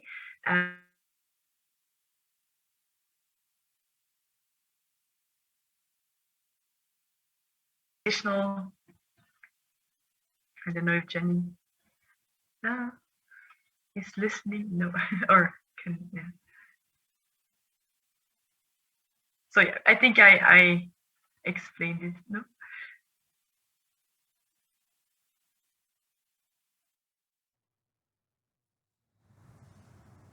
Thank you very much for your answer. Now we have a question from Glenn Perkins to Nicole. Nicole, the Community Story Project sounds like a great example of collaboration. How are you identifying professional groups that are willing to fund this initiative through courses so that it can continue? For the question, of course. This foundation is actually a network. As I explained in the presentation, the Authentic Rotterdam Heritage is at the moment a network of 100 community groups who are all in one way or another are very active in making the future city. And leaving, of course, their heritage and traces by doing so. And that is what we make visible. But by working together, our network is growing every day. And in this network, there are all kind of professionals, all kind of people who want to know more about the mechanism which are working in the city. And we offer them actually the same sort of experience as we offer other visitors, with the exception that when we know they are with a group of professionals, we say, listen, we are a foundation and we offer our knowledge and the story of the people we are working together. This is a free tour because our actually goal is to connect through this tour as many as possible people. And the connection is where the collaboration starts and where we can contribute to the development of neighborhoods. So we ask, as soon as we know that professionals are very interested in what we do, we will talk with them and we will say, well, we offer a course, and that is also an answer maybe to the question of Sasha, who was asking if we are selling the information to, for instance, banks, etc. Of course, that's not the case, and I was hoping for that question. What we do is we offer the same experience as other visitors get, but in addition, we make an introduction course and a reflection course workshop in which we talk through with people who want to know more about mechanism in a district in the city. And at this moment, it is working in that way, and it's working well for us and for the neighborhoods, because in making those tours, we also provide little jobs for people in the neighborhoods to be a guide, for instance, in a tour.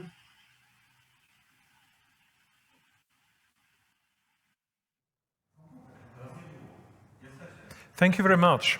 And another question to you, Nicole. It comes from Marlène Mouliou. And the question goes like that. What is your experience so far from your connection with professional groups?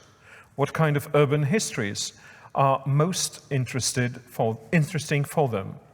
Are some issues raised, for example, ethical, political, other sensitive ones? Yeah, well, lots of issues are interesting for different groups. to focus a little bit on the interests of banks, for instance. In the Netherlands, there is this process that banks are withdrawing their offices from the city. So everything, as you know, is done online. So people who work in a bank, they don't really know, especially when they live in the country or somewhere else, they don't really know what drives people, what are the problems in city life.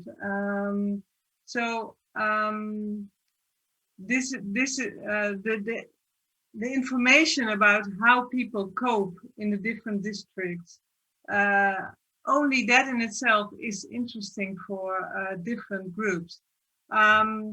But of course, there are more issues, like everywhere in the world, we had this Black Lives Matter wave in the city and the discussion about slavery.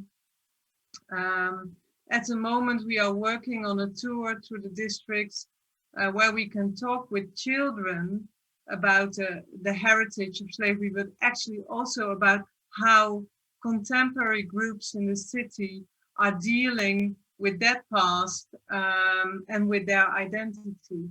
So there are different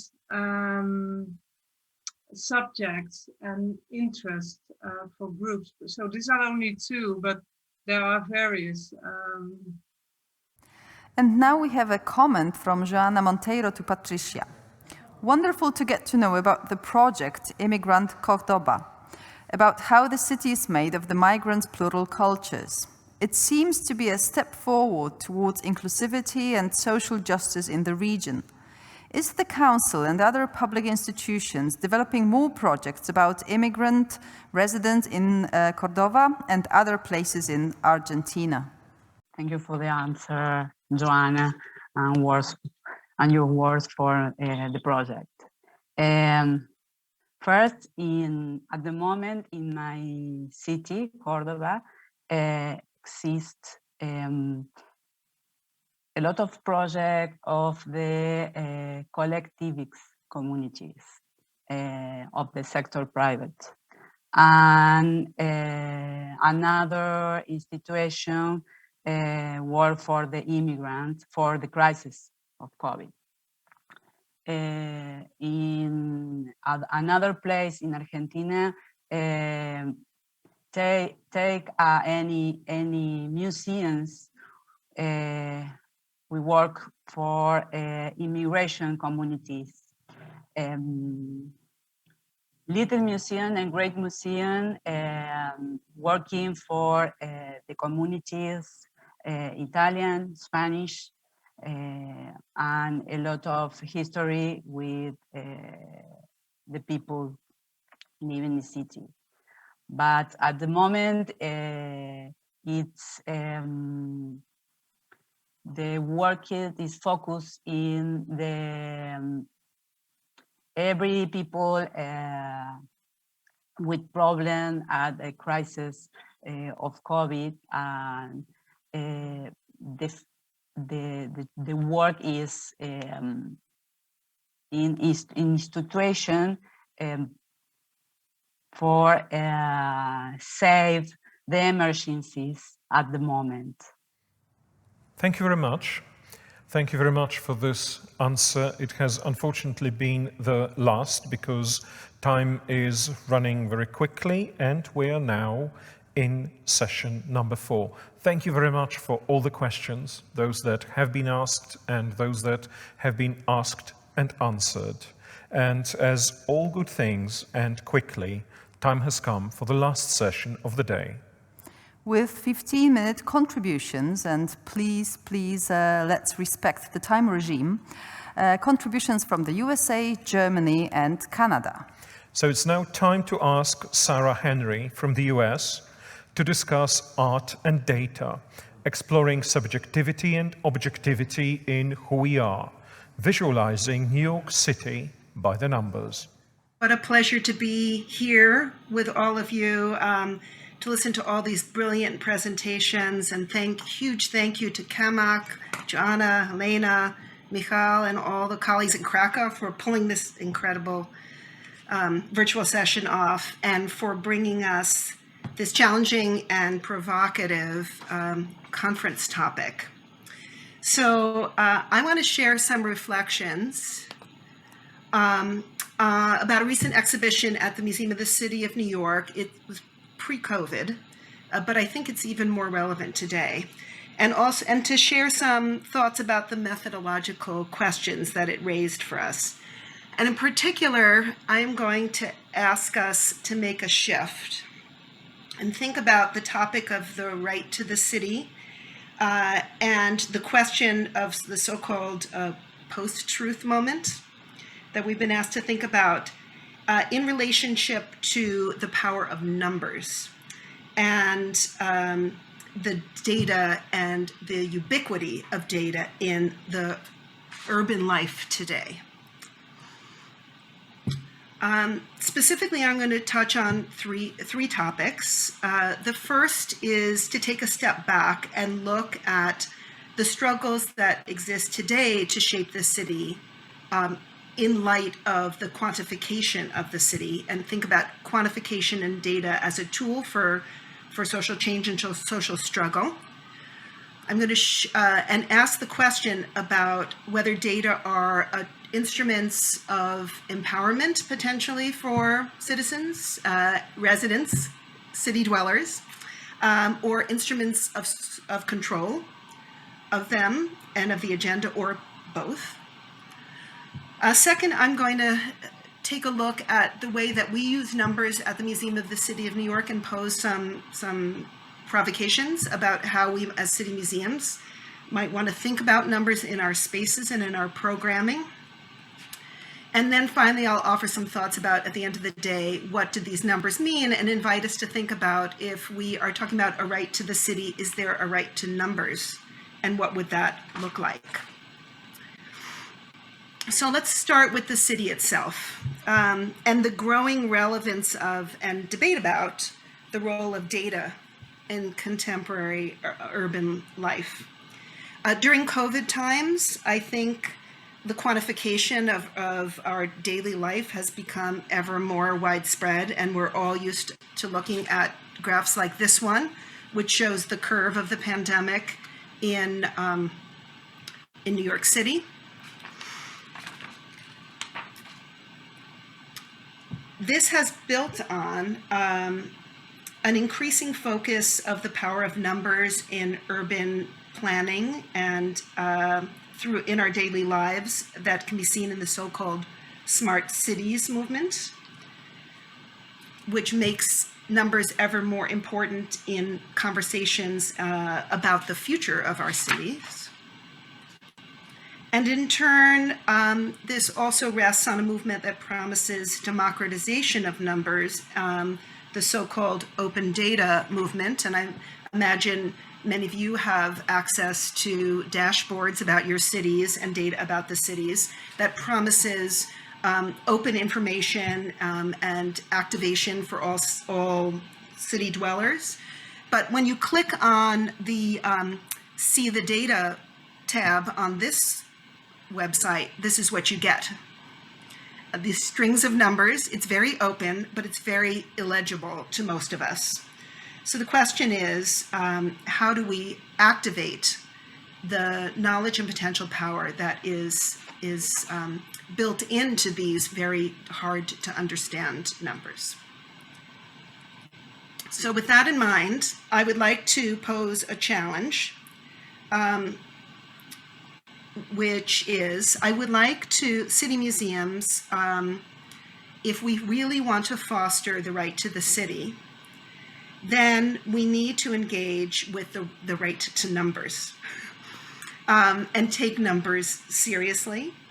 That said, the path is difficult, and partly because there is such an enormous quantity of information that's embedded in the numbers that are collected about us every day by all kinds of entities. And not only is it hard to navigate, but I think collectively we are so bombarded with these numbers that we run the danger of oversaturation, a problem that as civic institutions we don't want to complicate and make worse. And then there is a robust and vigorous debate that is occurring about whether the whole enterprise of quantifying the city can have a pernicious edge of turning the act of city making into the science of city management and essentially underwriting the role of technocracy rather than democracy. And this is where I want to argue that we as city museums can play a role.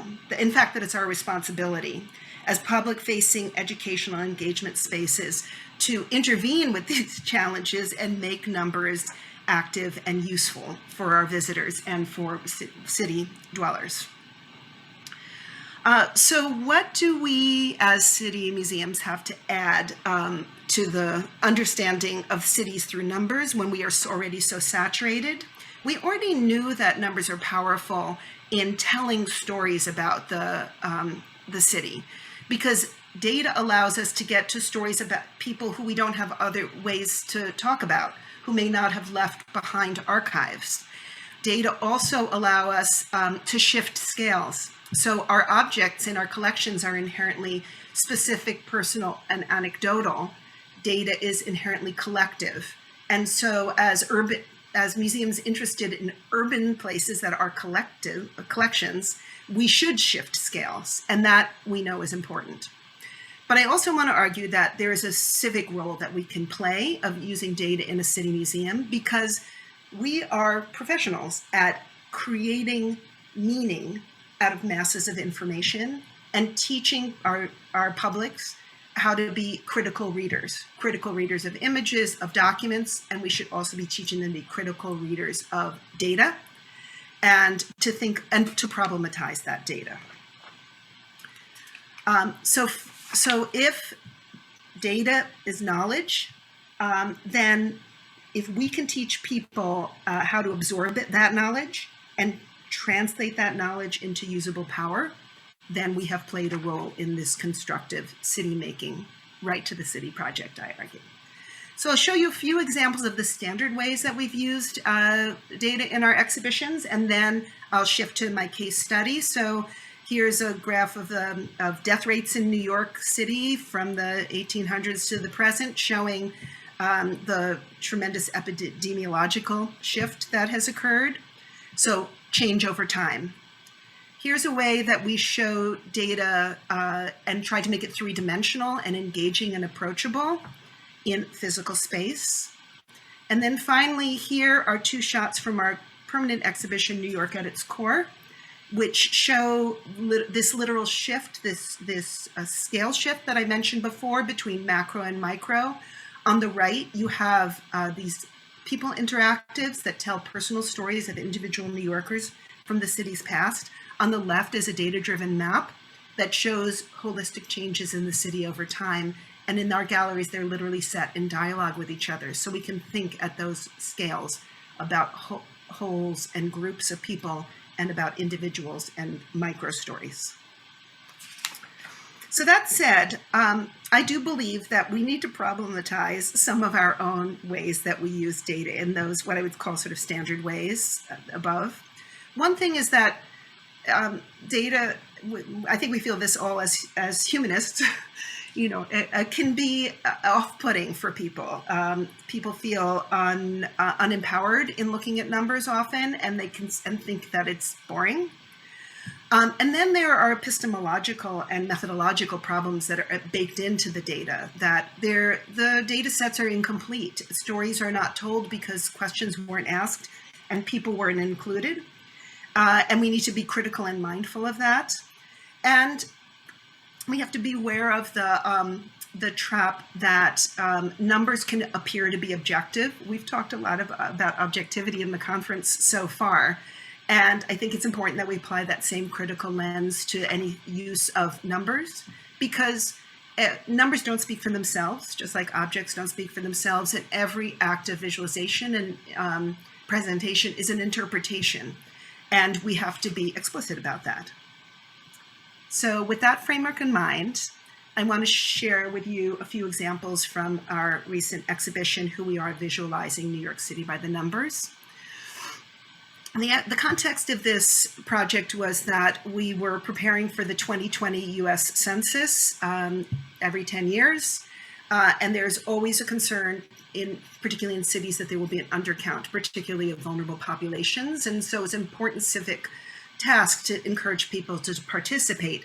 But there's a lot of fear around participation, and particularly in these polarized times, and a lot of mistrust. And we felt that we had a role to play as a museum to think about the role of data in a different way. And we took our cue from a project that we did with the Wellcome and the New York Academy of Medicine called Germ City, taking a page from the Wellcome in London's strategy of finding the space where science and art and humanities and medicine can coexist. And we commissioned this piece using a data-driven piece from this artist, Ekene Ijeoma, and really to think about bringing the artist lens to bear. And so those are the examples that I'm going to share with you now.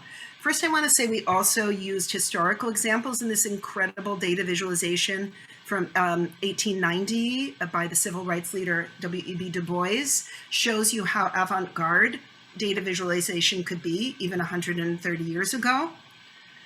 And so we scoured data-driven art all around the city. We commissioned some new works, and we worked with some existing works to present a variety of artists' views about how data could be used. And I'm just going to show you 2 or 3 of those, and give you not the content of it, but the meta message here. This visualization shows the beauty that can come out of numbers. Here, income inequality is reflected as extrusions on the landscape. In this piece, population growth from immigration is reflected as growing tree rings with the color and directions. I'm going to skip ahead. With the color and directions of the tree rings reflecting the direction of the immigration, so that by the time we get to the 20th century here, you can see that the past is not left behind in this data visualization, but remains as the metaphorical core of our city. So past is immanent within the present.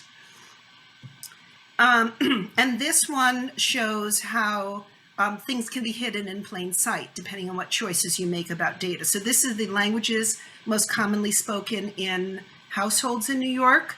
And this artist shows us all that blue, which is English. But when she removes English, you start to see more variation. And then when you move the dark blue, which is Spanish, you see this incredible rainbow of languages spoken. So that's another example of the choices that we make when we choose the data that we're going to present. And finally, some of the works really try to problematize the data sets themselves. This is a visualization of the questions that get asked on the census and how they've changed over time. And several artists reflected on this. This piece called Accounting used different languages spoken in New York. And one of the reflections was that on the census, you can only check a box that says African languages. You can't collect data about all the many, many, many African languages that might get spoken. So those languages are effectively lost in the data set. In this piece, I have just 2 more to show. In this piece, the artist was playing with the idea of data collection and actually didn't use the census, but used dating apps to scrape the most commonly used words in dating profiles to give us an alternate map of New York. And my last example was commissioned for the project by Georgia Lupi, a theorist of data humanism, in which she asked an alternative set of questions that our visitors could answer that gave subjective questions about ourselves and allowed them to build up an individualized data portrait based on questions that don't get asked in the census, but then got treated very seriously and quantified and projected on the walls of the gallery. So, in conclusion, I want to remind us that data can be, and remind our publics that data doesn't have to be grim. Data can be joyful, intriguing, funny, irreverent, and approachable. That city museums can play a role in empowering city residents through encouraging them to consume and critique data and promoting data literacy. And I'll end with a quote, which comes from the Movement for Black Lives. Well aware that data could be very biased and incomplete and instruments of power, but nevertheless argues that tools like statistical modeling, data visualization, crowdsourcing in the right hands are powerful instruments for fighting bias, building progressive movements, promoting civic engagement. So with that, I invite you all to embrace the data in your lives and your city and use it as a tool for helping to empower those in our public. Thank you.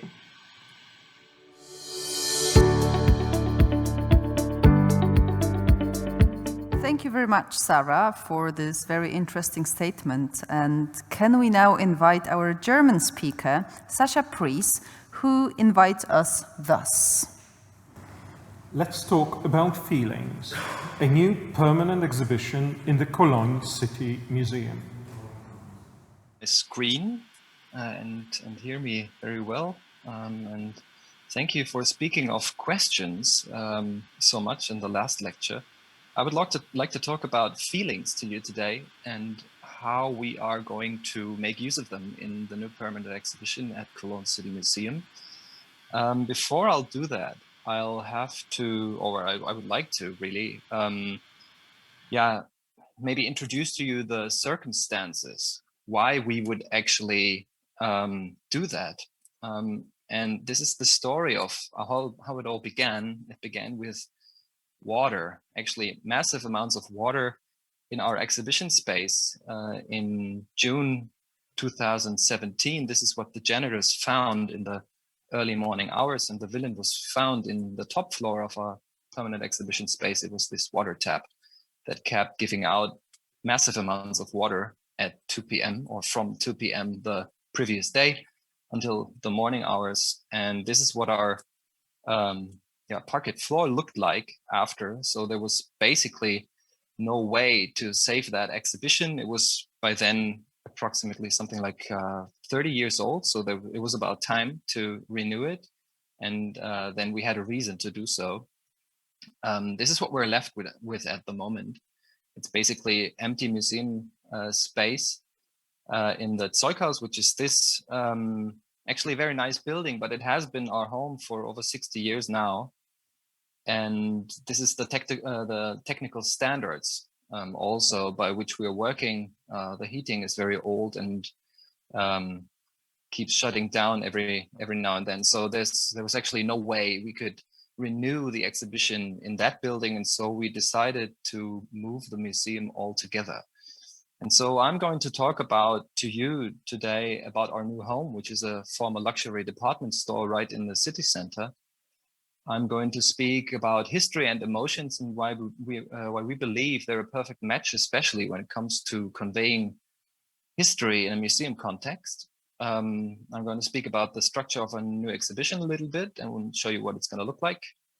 And I'm going to explain some of our participatory ideas and the way of collaborating with our fellow Colonians. So this is Haus Sauer, the department store. As you can see, there's lots of passers-by in front. It's very central, and it was constructed in 1986, which makes it pretty new. And so I can say it's about 99% barrier-free. There's a couple of lifts inside that building, but there's a free downers as well. It only has 750 square meters of exhibition space, which is about 30% of what we had in Zeughaus. And that actually leads to no special exhibition space, at least not in the beginning. And the opening will be in spring 2022. We had hoped for an earlier opening, but we couldn't really make that happen due to the Corona crisis. This is what the building looks like from the inside. It's a very lush and opulent interior design that we're now trying to get rid of. In case you're wondering if your eyes are working correctly, yes, they indeed had a live tree growing in front, growing in the center of that stairwell.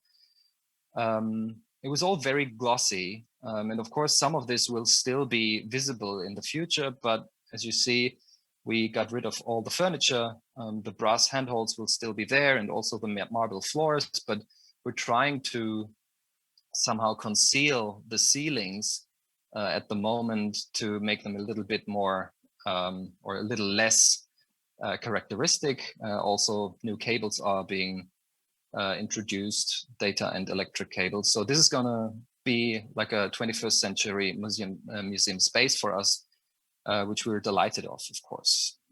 But as of now, it's a construction site. This is a cross section of that building, just so you know what we're planning to do there. This is where you enter.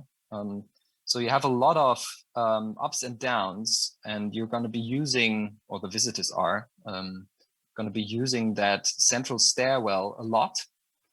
And these are the dark spaces. These are the 4 levels on which we're going to have our exhibition. We came up with an idea. Well, I have to go one slide back. We decided very quickly that we didn't want a chronological told story or history in that museum, and walking into the museum or entering it in the middle of everything makes it quite hard anyway. So we came up with the idea to tell history along emotional conditions, I'd like to say. And as we were doing so, Ute Frevert, who's the director of Max Planck Institute in Berlin, the historical department, published a book called Powerful Emotion in September 2020, so not so long ago. And it's a pretty new field of study that we coincidentally picked up. She did that from a more academic point of view. We did it more from a museum or in a museum context. And we believe that connecting history and emotion makes it maybe a bit more easy for visitors to understand what was actually going on in a nutshell. And also for us, it was an opportunity to think the museum differently. We just also had the feeling that telling a chronological history might be kind of boring. And so we discarded that idea right in the beginning. We came up with a couple of questions that we would like to ask, and I'm going to go into some detail there.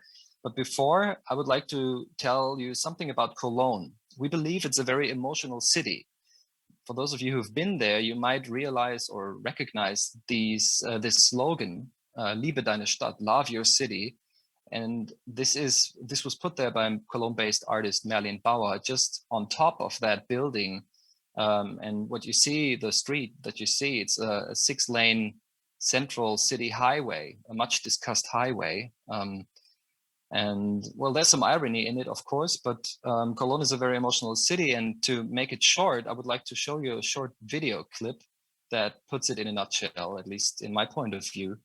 Cologne is very well known for its carnival, and this is a song by a band called Die Hühner, the Chickens, performed in 2017. So this is just a couple of seconds long.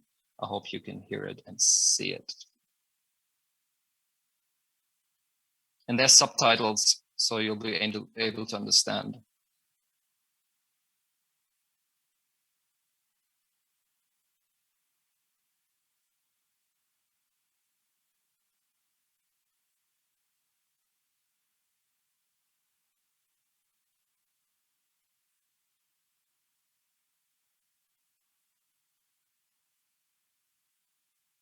Hey Cologne, you're a feeling. That's what the song is called.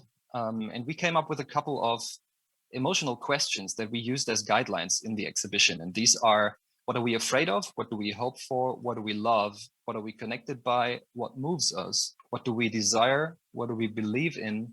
And what makes us angry? So there's positive and negative emotions included. And just to give you a brief example of what we're planning to do is we subsume topics underneath these questions. So what are we afraid of contains the topic of war. This object here is the backpack of a Syrian refugee who came to Cologne in 2016. There's the topic of persecution with the example of a capital of St. Severin, a medieval Cologne church depicting a Jew sow, a pejorative symbol for the Jewish population back then. Then there's the topic of death, with sickness being one topic included. Here you see monks helping Spanish soldiers sick with the pestilence in the square just in front of Cologne Cathedral. And of course, we're going to pick up the topic of terror, starting with the Nazi regime, but also going to the just recent past. Unfortunately, that's still something we have to talk about. And we knew, of course, that we wouldn't be able to answer these questions just by ourselves. So we formed a group of 17 people who we call the Cologne experts. They're a very diverse group, and we invited them for workshops in the last 12 months. And the goal was for them to bring new objects to our museum. And we met in our depot spaces so they would get to know our collection. We had workshops discussing the questions, and we did that in Haussauer. So they were actually one of the first people who would actually get to know our new museum building. And we had workshops there. This is the example of what can make us angry.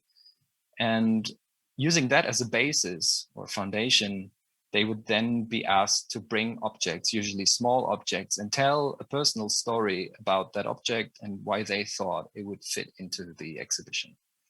We then had a discussion about what we would like to consider, and then made a choice. And these are just a couple of objects that we got from them. I'm not going to explain in detail, just so you know what actually came out of that.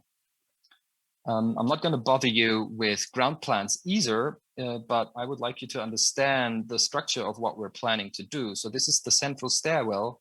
You would walk down into the basement. This is the largest exhibition floor. Walk down in the basement. You would have a seating area here in the center where you could listen to our Cologne experts tell their stories. There's going to be audio recordings that you will be able to listen to here. And their objects would be in these showcases circling around you. And with the 3 brackets here, you would have 3 questions. In the basement, there's an image of what this could look like. It'll be a lot different, of course. All of you know that these images are outdated by the time they are sent via email, but still you get an idea. So you have a very present day perspective in this area that we call the reflection zone with the different questions. And you have a historical part of the exhibition waiting for the visitors right behind it. There's another element that we are going to use to collaborate or to kind of cooperate the city into the museum. And it's this backbone-like tower. This is where the tree used to be when this was still a department store. And this has of course an aesthetic function and also some kind of a guidance system purpose. But we're teaming up with the statistical department of Cologne at the moment. So there's maybe a connection to what Sarah Henry said about figures and numbers and New York. So we're going to make a survey and ask Cologne people, probably something like 4,000 or 5,000 of them, the questions that we asked ourselves when were trying to come up with that exhibition. So this is a more statistical point of view. And last but not least, we would like to integrate in our foyer something that we at the moment call the open space, which is not very creative, but well, it's we had to give it a name. You see that couple walking in through the main entrance door. So this space here, what you see at the back, is you can enter it buying a ticket. And we would like to use this exhibition space for collaborations with external partners only. And our goal here is to tell stories that are, well, actually aiming at present day or future problems, for example, housing or traffic. And we would then like to team up with, for example, companies or public service institutions, maybe artists, clubs or associations, might even be a football club, depending on the topic that we would like to discuss there. And of course, our goal here is to gain more relevance for the museum. So all in all, there's a couple of ways in which you could take part in the Cologne City Museum in the future, you would be able to come up with an idea for an exhibition, and we could create an exhibition together in the open space. You could become a Cologne expert. We are planning on doing that again, probably doing that again in a couple of years, and bring an object so you could have your story or tell your story actually yourself in the exhibition. You could visit our museum and engage with some participatory media stations. I haven't explained that, but we're planning on doing that. And one last thing I'd like to say is that we would like our visitors to become stakeholders a little bit more than they used to. And I think that's something that art museums, especially contemporary art museums, do a lot anyway. You know, a piece of art actually doesn't make sense until someone comes there and brings that sense with them. You know, you look at some kind of a modern piece of art, and everybody has their own feelings about that piece of art. And we would like our exhibition to be a little bit more like that, instead of just presenting the one truth history as it was done in the earlier years of our museum. So that's it for now. Thanks very much. And yeah, I hope to, yeah, I'm right in time. Very good. So ask your questions. I'm very curious. Thank you.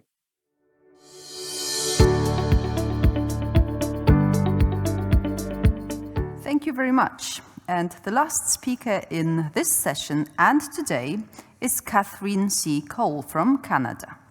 Can a virtual museum replace the physical? And believe it or not, we're going to talk about city museums. There will obviously be a Q&A session after this presentation, and you're more than welcome to address your questions to all the speakers via our chat. Catherine, the floor is yours. Good morning, everyone. Coming here from Edmonton, Alberta. It is 10 o'clock in the morning. And so I missed a lot of the earlier sessions because I was looking after my puppies, but I'm pleased to be joining you now and to be a part of this panel. It's really great to see so many old friends here and to be together again after what we've been through in the last 16 months.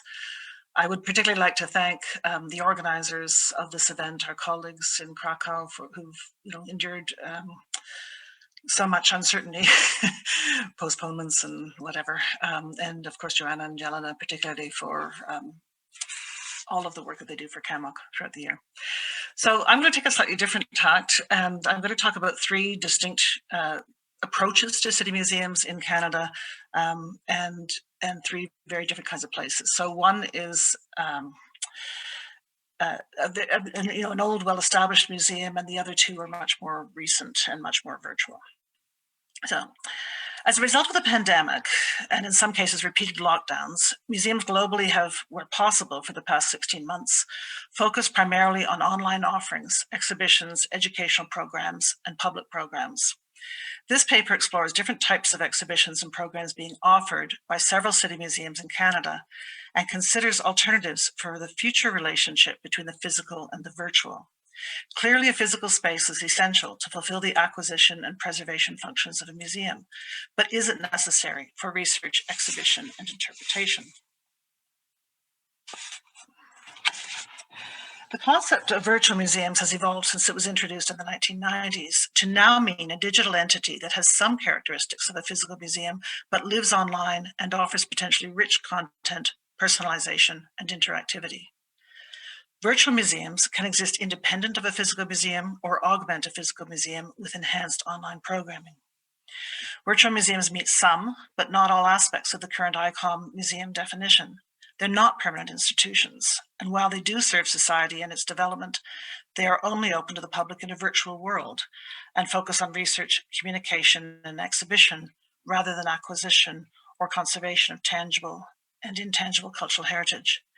They may or may not be committed to the long-term preservation of their digital programs. In fact, virtual museums may reflect the 2019 proposed ICOM museum definition more so than the current approved definition. They are increasingly democratizing inclusive and polyphonic spaces for critical dialogue about the pasts and the futures that acknowledge and address the conflicts and challenges of the present, And while they don't necessarily hold artifacts and specimens in trust for society, they may safeguard diverse memories for future generations and guarantee equal rights and equal access to heritage for more people than do physical museums. Virtual museums may be more participatory than physical museums and work more collaboratively with and for diverse communities to enhance understandings of the world and contribute to human dignity and social justice, global equality, and planetary well-being. Apple pioneered the concept of a virtual museum released as a CD-ROM in 1992, even before the internet was fully functional and democratized. Museum development of virtual museums followed and has evolved significantly as technology has improved. But there have always been people and organizations active in the virtual museum world who do not come from the physical museum world. When physical museums first began developing websites, they were primarily online brochures promoting upcoming exhibitions and programs. When virtual exhibitions were first introduced, most were essentially static images. It has taken decades for virtual programming of physical museums, and increasingly since early this century, standalone virtual exhibitions and programs to become truly interactive with rich original content. Today's museums may provide digital learning spaces with engaging content living online and generated by and in collaboration with museum curators and educators. Where there's a physical museum, digital content references thematic priorities of the institution, its collections, digital and/or material, and on-site programming. The museum may have a huge online presence and a small physical footprint, or vice versa, or no physical footprint at all. The concept of a virtual museum is liberating in some ways without being encumbered by collections as physical museums normally are. Staff can focus on research, exhibitions, and programs. Virtual programming can provide greater access. It can reach a broader audience, including people who don't feel comfortable or safe coming into museums, who can't afford to visit the museum, or who live too far away. But we must remember that not everyone has equal access to technology, either computers or strong enough bandwidth to fully access programs. So the emphasis on digital programs underscores basic inequalities. But of course, it is impossible to replicate the immersive theatrical quality of a well-designed exhibition online. The encounter of beautiful, intriguing, rare objects and works of art can generate an aesthetic, visceral response that far surpasses what the digital object can offer at this time. However, that may change with improvements to virtual reality. But it is also difficult to replicate the social aspect of museum visits, which allow people to share moments with friends, family, and strangers in real time and real space, and exchange ideas with one another. The physical museum is an amazing gathering space where people come in good spirit to learn from one another. But again, the virtual world is becoming more social, and people have learned how to learn, play, celebrate, and grieve online during the pandemic. So perhaps that's not as important as it was. The key benefit of a physical museum that a virtual will never replace is the ability to acquire and preserve collections. Museums require storage space to preserve tangible cultural heritage. If there is not a physical museum in a city collecting and conserving objects that reflect local history, those objects may be lost forever. For a virtual museum to fulfill all museum functions without collections, it would need a strong relationship with one or more collecting institutions. This paper focuses on three totally different approaches to city museums in Canada, both physical and virtual. The Museum of Vancouver in British Columbia, the Museum of Jewish Montreal in Quebec, and it was really interesting to see Andrea's look at the Centre d'Histoire de Montréal as a different city museum. There are at least 4 city museums in Montreal, so that's a different kind of approach. And ECAMP, which is short for the Edmonton City as Museum Project in Alberta, here in Edmonton, where I live. The Museum of Vancouver, MOVE, was established in 127 years ago, in 1894. It's a mid-sized museum in downtown Vancouver. While Vancouver is a much larger city than Victoria, Victoria is the provincial capital and home to the Provincial Museum, which is in fact what allowed the city museum to grow the way it has. It doesn't address the provincial history. Victoria is the provincial capital, home of the Provincial Museum. Vancouver's museum evolved and grew over its first 100 years. In the early 2000s, it started focusing on the history of the city decade by decade. In 2008, the museum went through a major visioning project to focus on the city of Vancouver, both as a physical reality and as an idea, using cross-disciplinary approaches and engaging the community in dialogue about contemporary issues. And a year later changed its name from the Vancouver Museum to the Museum of Vancouver. CAMOC met at the museum in 2012. A few of you were there. The museum has changed significantly over the past decade. The impact of COVID-19 on the MOV. Greater Vancouver was in lockdown from mid-March to mid-June 2020, but only that once during the pandemic, whereas other cities have been in and out of lockdown several times. The museum lost 6 of its 35 full-time staff, 4 in education, 1 in programming, and 1 in curatorial. Education, programming, and curatorial staff all began working full-time at home. The museum had a robust website prior to the pandemic with lots of information about the museum and its programs past and present, but started digital programming in April 2020, including virtual tours of permanent galleries, online school programs, and hashtag Isolating Together, MOV, a digital platform for people to share their experience of isolation. The museum gradually reopened from 3 to 4 days a week last June for timed visits to limit numbers and hired new people in education and programming. The museum now offers a variety of virtual programs, including hashtag Isolating Together MOV on YouTube, Instagram, and Facebook. In collaboration with the museum, a professor in the School of Interactive Art and Technology at Simon Fraser University built her course, Moving Images, around this digital platform. Students living all over the world with limited access to film equipment contributed their short films documenting their COVID experience. Online programming includes hands-on workshops with materials mailed to registered participants a week before the workshop date, recorded and live-streamed virtual guided tours of physical exhibitions, online school programs, crowdsourced elements, both online and in the exhibitions, and one-on-one online learning sessions with people living with autism. The Museum of Jewish Montreal, in contrast, was established in 2010, inspired by museums and projects as diverse as Manchester's Urbis, which from 2002 to 2005 functioned as a museum of the inner city, Katie Holton's Tree Museum public art project in the Bronx, which took children out of classrooms and into parks with digital audio guides, and New York's tenement museums building and neighborhood-themed walking tours. The museum began with the idea of adding a cultural layer to the digital infrastructure of the city. So it could only have been founded at that time, really. The museum conducts walking tours of historic Jewish neighborhoods and buildings, develops virtual exhibitions, conducts oral histories, and offers public programs. Founding director Zev Moses is an urbanist who was interested in learning more about the community of which he was a part, but from which he had lived apart. The museum has become more like a museum over the years. In 2016, the museum opened a physical storefront project space with a gallery, boutique, food, and event space. They produced their first physical exhibition in 2017, intentionally focusing on contemporary art to be able to work with living artists and attract a young audience. The museum hosted dozens of art, heritage, and cultural events each year and demonstrated the importance of personal vision and consistent leadership in getting the museum off the ground. With COVID-19, it was coincidental. It wasn't actually related to the pandemic, but they lost their physical space early in the pandemic and had to revert to online programming. But because it did not have a physical space for the first few years, it was not too difficult to go back to online programming. However, a large part of the museum's programming involves thinking of the city as a museum in terms of the city being an immersive environment.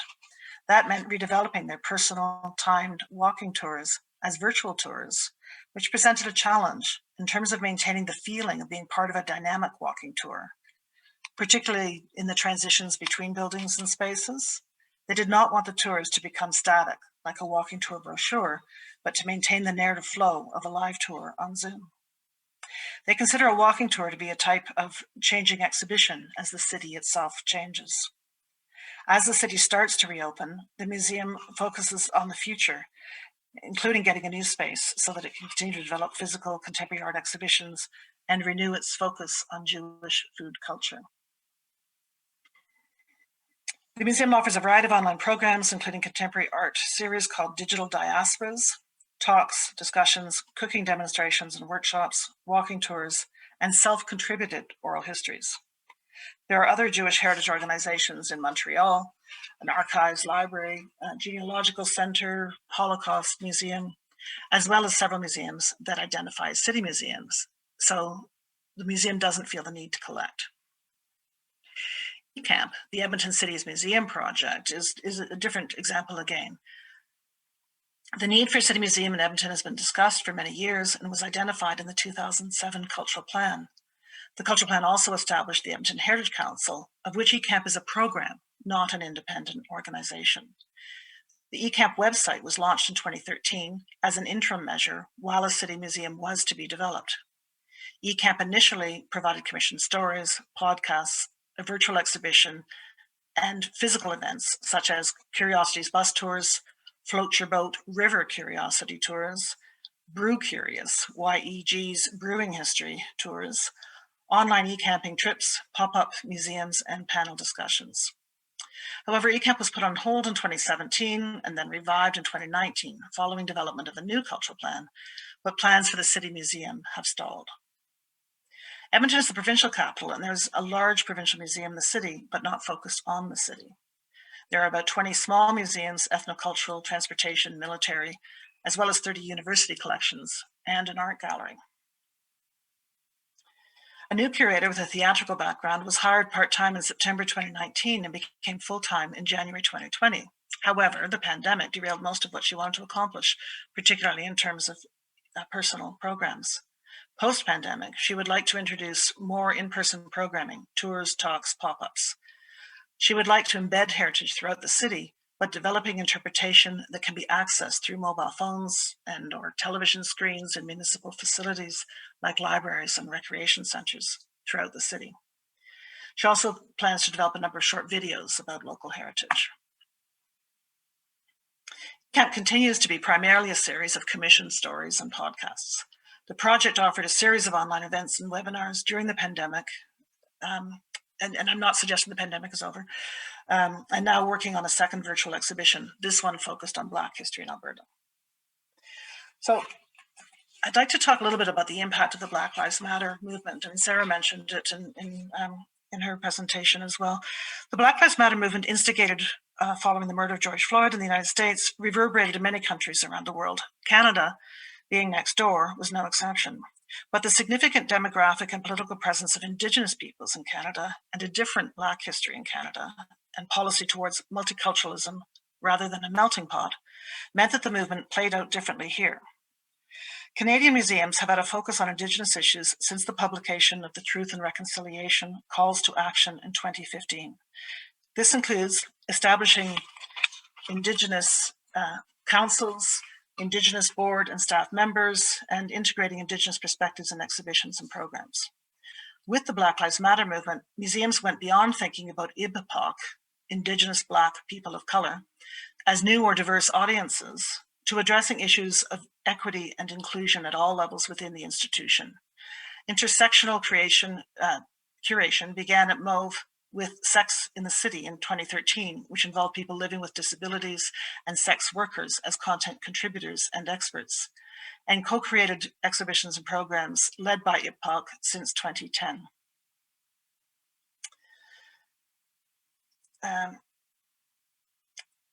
A Seat at the Table, Chinese Immigration in British Columbia, a multi-sited exhibition that addresses explicitly, among other things, how racism was foundational to the development of British Columbia. Black Lives Matter and recent anti-Asian attacks have just demonstrated how ingrained racism is in Canada, and we have pretended for many years that we're not a racist country.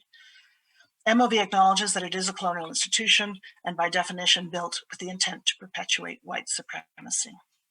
At the Museum of Jewish Montreal, the Black Lives Matter movement has impacted staff more so as individuals than it has the institution because of its mandate. The staff is largely young and politicized. However, the museum itself is working with an organization called No Silence on Race and thinking about Jewish people of color in Montreal. eCamp was concerned about equity prior to Black Lives Matter, but it has been stronger since, working on a virtual exhibition about Black history in Alberta. The Edmonton Heritage Council has developed an equity statement and hired 2 Indigenous staff and an outreach worker of color. It's quite a small organization compared to the Museum of Vancouver. The Black Lives Matter movement has been a catalyst for historically underrepresented groups to claim or occupy the museum space to self-represent and share their knowledge, perspectives, and lived experiences. It has also given courage to marginalized people to speak out about abusive working environments. Several of Canada's major museums, including the Canadian Museum of History, the Canadian Museum for Human Rights, the Royal British Columbia Museum, have faced accusations of systemic racism that have led to resignations at the highest levels and external reviews. There is much that can and should be done to reduce or eliminate systemic racism in museums. Conduct third-party reviews or audits of the institution's practice and revisit all museum systems.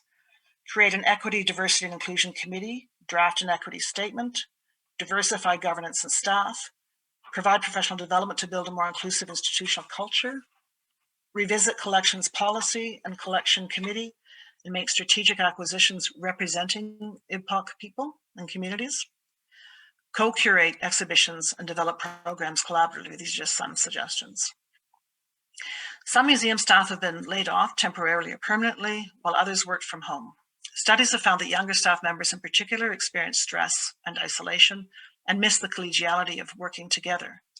But it is expected that some museum staff will continue to work remotely, at least on a part-time basis, post-COVID.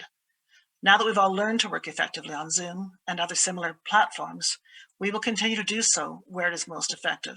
For example, it's easier to collaborate with friends and colleagues around the world by Zoom than it is trying to get together personally. So that will affect how we work as CAMOC for sure. Collecting virtual programming can be more difficult and is not, conducting virtual programming can be more difficult and is not always as rewarding as personal programming. With the rate of vaccination increasing in Canada, visitors are eager to attend in-person cultural events with friends and family as soon as it is safe to do so, just as programmers and performers are eager to receive them. However, museums realize the educational potential of online programming and will continue offering some or all programs virtually. Museums that developed online programming during the pandemic have reached new audiences and need to attract them into the museum physically as well as virtually. Museums have not always known how to monetize virtual programming and have lost significant earned revenues due to closures. In Canada, government and foundation funding has been made available to alleviate the financial crisis, but will it be enough? Our experience over the past 16 months has made museums more resilient, better equipped to address future pandemics or disasters. These 3 museums will integrate the activities that worked well effectively into their post-COVID iterations. And one final issue that I think has really come up during the pandemic has been the whole question of leadership. And we saw it politically in nations around the world, people now questioning their leaders. But it was very much the case with museums themselves. And I think one of the differences between these 3 museums is the leadership, whether at the senior curatorial level or as director, the kind of strength, consistency of vision, real intentionality to the work that they're doing has made a huge difference. So I'd just like to acknowledge the 3 individuals at these institutions that I spoke to about their work and thank them as well as thanking all of you.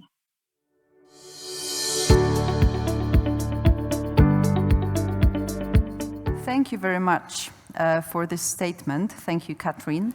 And now we have the first of our questions. The question is to Sasha from Joan, Roca y Albert.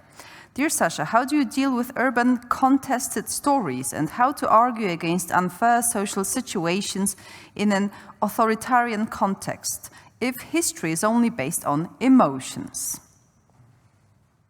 Yeah, thank you, Joan, for that questions. If you remember, we also have a question that is called "What makes us angry?" And this will be the space where, for example, 19th century workers' riots, for example, or inequality when it comes to equal rights will be addressed. Also, the question, what are we afraid of, gives some space for exactly that. I think you have a point, and I think that's something I didn't mention earlier on. This museum there will be an interim, a very long one for approximately 10 years. but it will be an interim, and so we're left with very little space and a huge collection. I don't know if you know, but Cologne has 2,000 years of history, and we're expected to tell 1,000 years of that. And so, yeah, I think you have an interesting point there, but I think our open space will be the place where we are or could be trying to promote these contested history and also engage maybe with rivaling groups within the city society and make exhibitions that look at stories from more than just one side.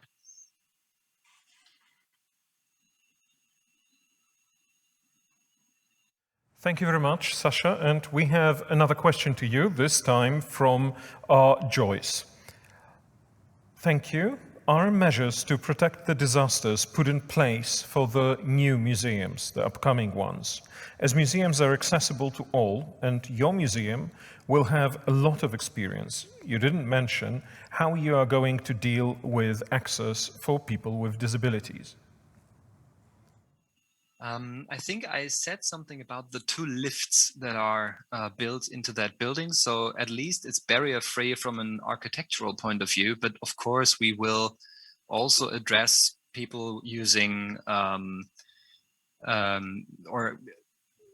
at least giving the opportunity for blind people, for deaf people to read the text that we would like to present there, and also maybe feel a couple of objects. So then on the content level, we will of course address people with disabilities. That's something we intend, of course, to do. And well, measures against the disaster, yeah, of course, there will be no water taps in that exhibition space. We don't intend to do that anymore. And another one for Sasha, this time from Mario Nascimento. Very interesting. Keeping in mind Marlene's questions and the challenge of objective representations of feelings, how will the exhibit negotiate emotional meaning versus labeling emotions? Yeah, that's something we have to deal with, I think. I think at least in some areas, we are projecting emotions into an image or a painting. And of course, this will be our view of the past, as well as maybe the view of the people who were living at that particular time.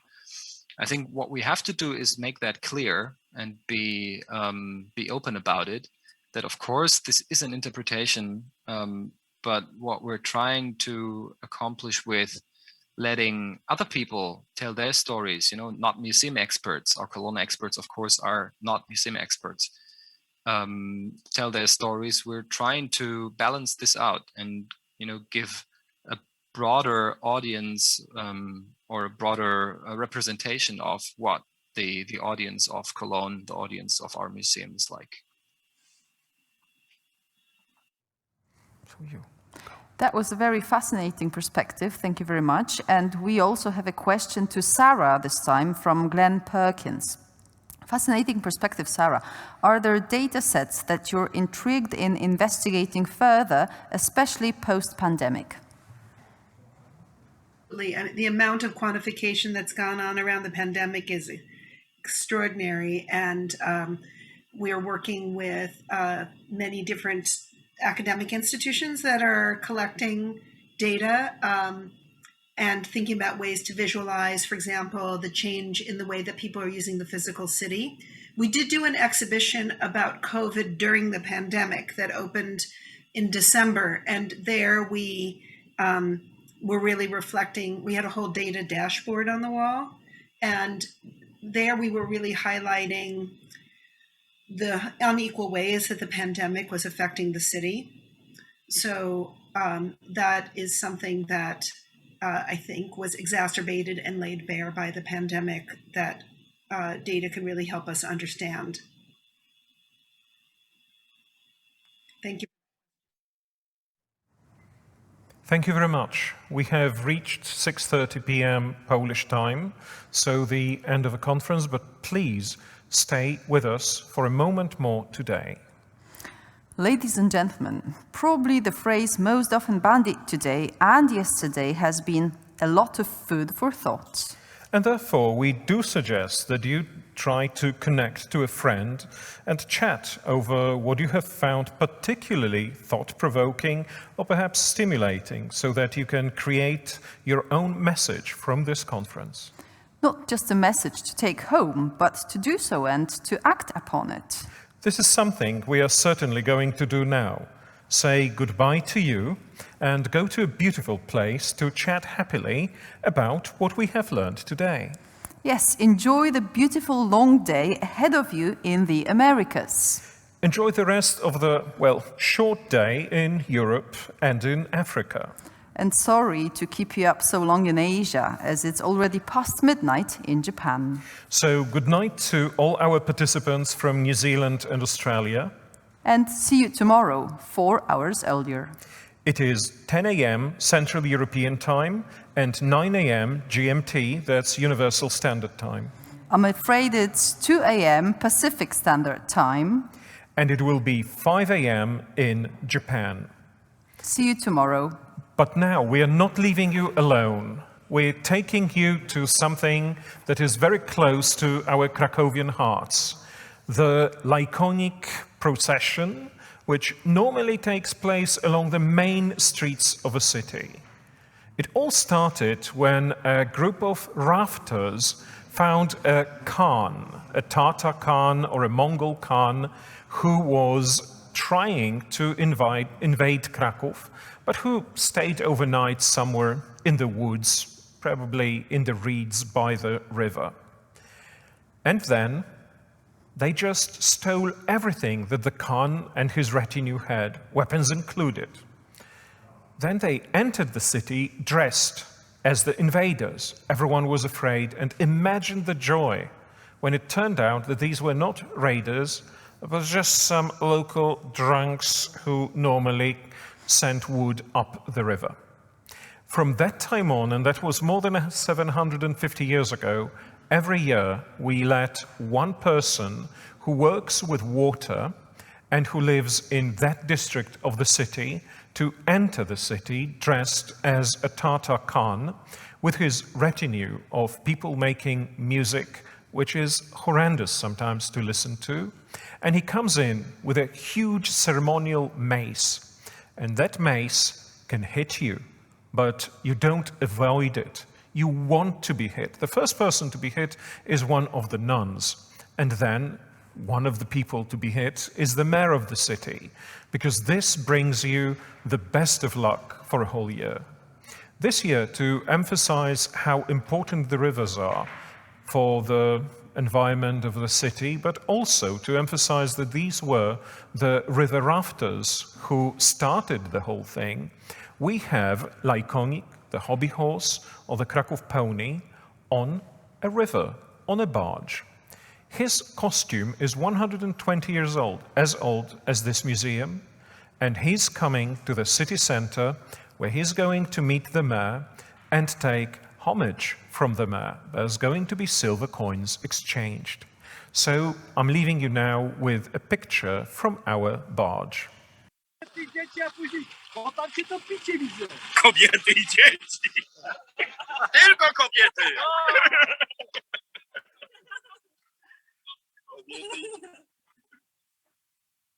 Uciekajcie, uciekajcie, bo tam kapelusze już wylewają. Kobiety i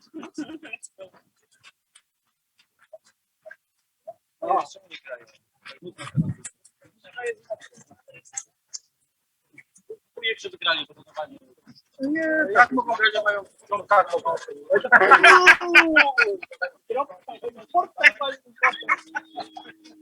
Tutaj tańczą, rytm muzyki, to świece dymne, strzelają na wiwat, potem na uderzanie.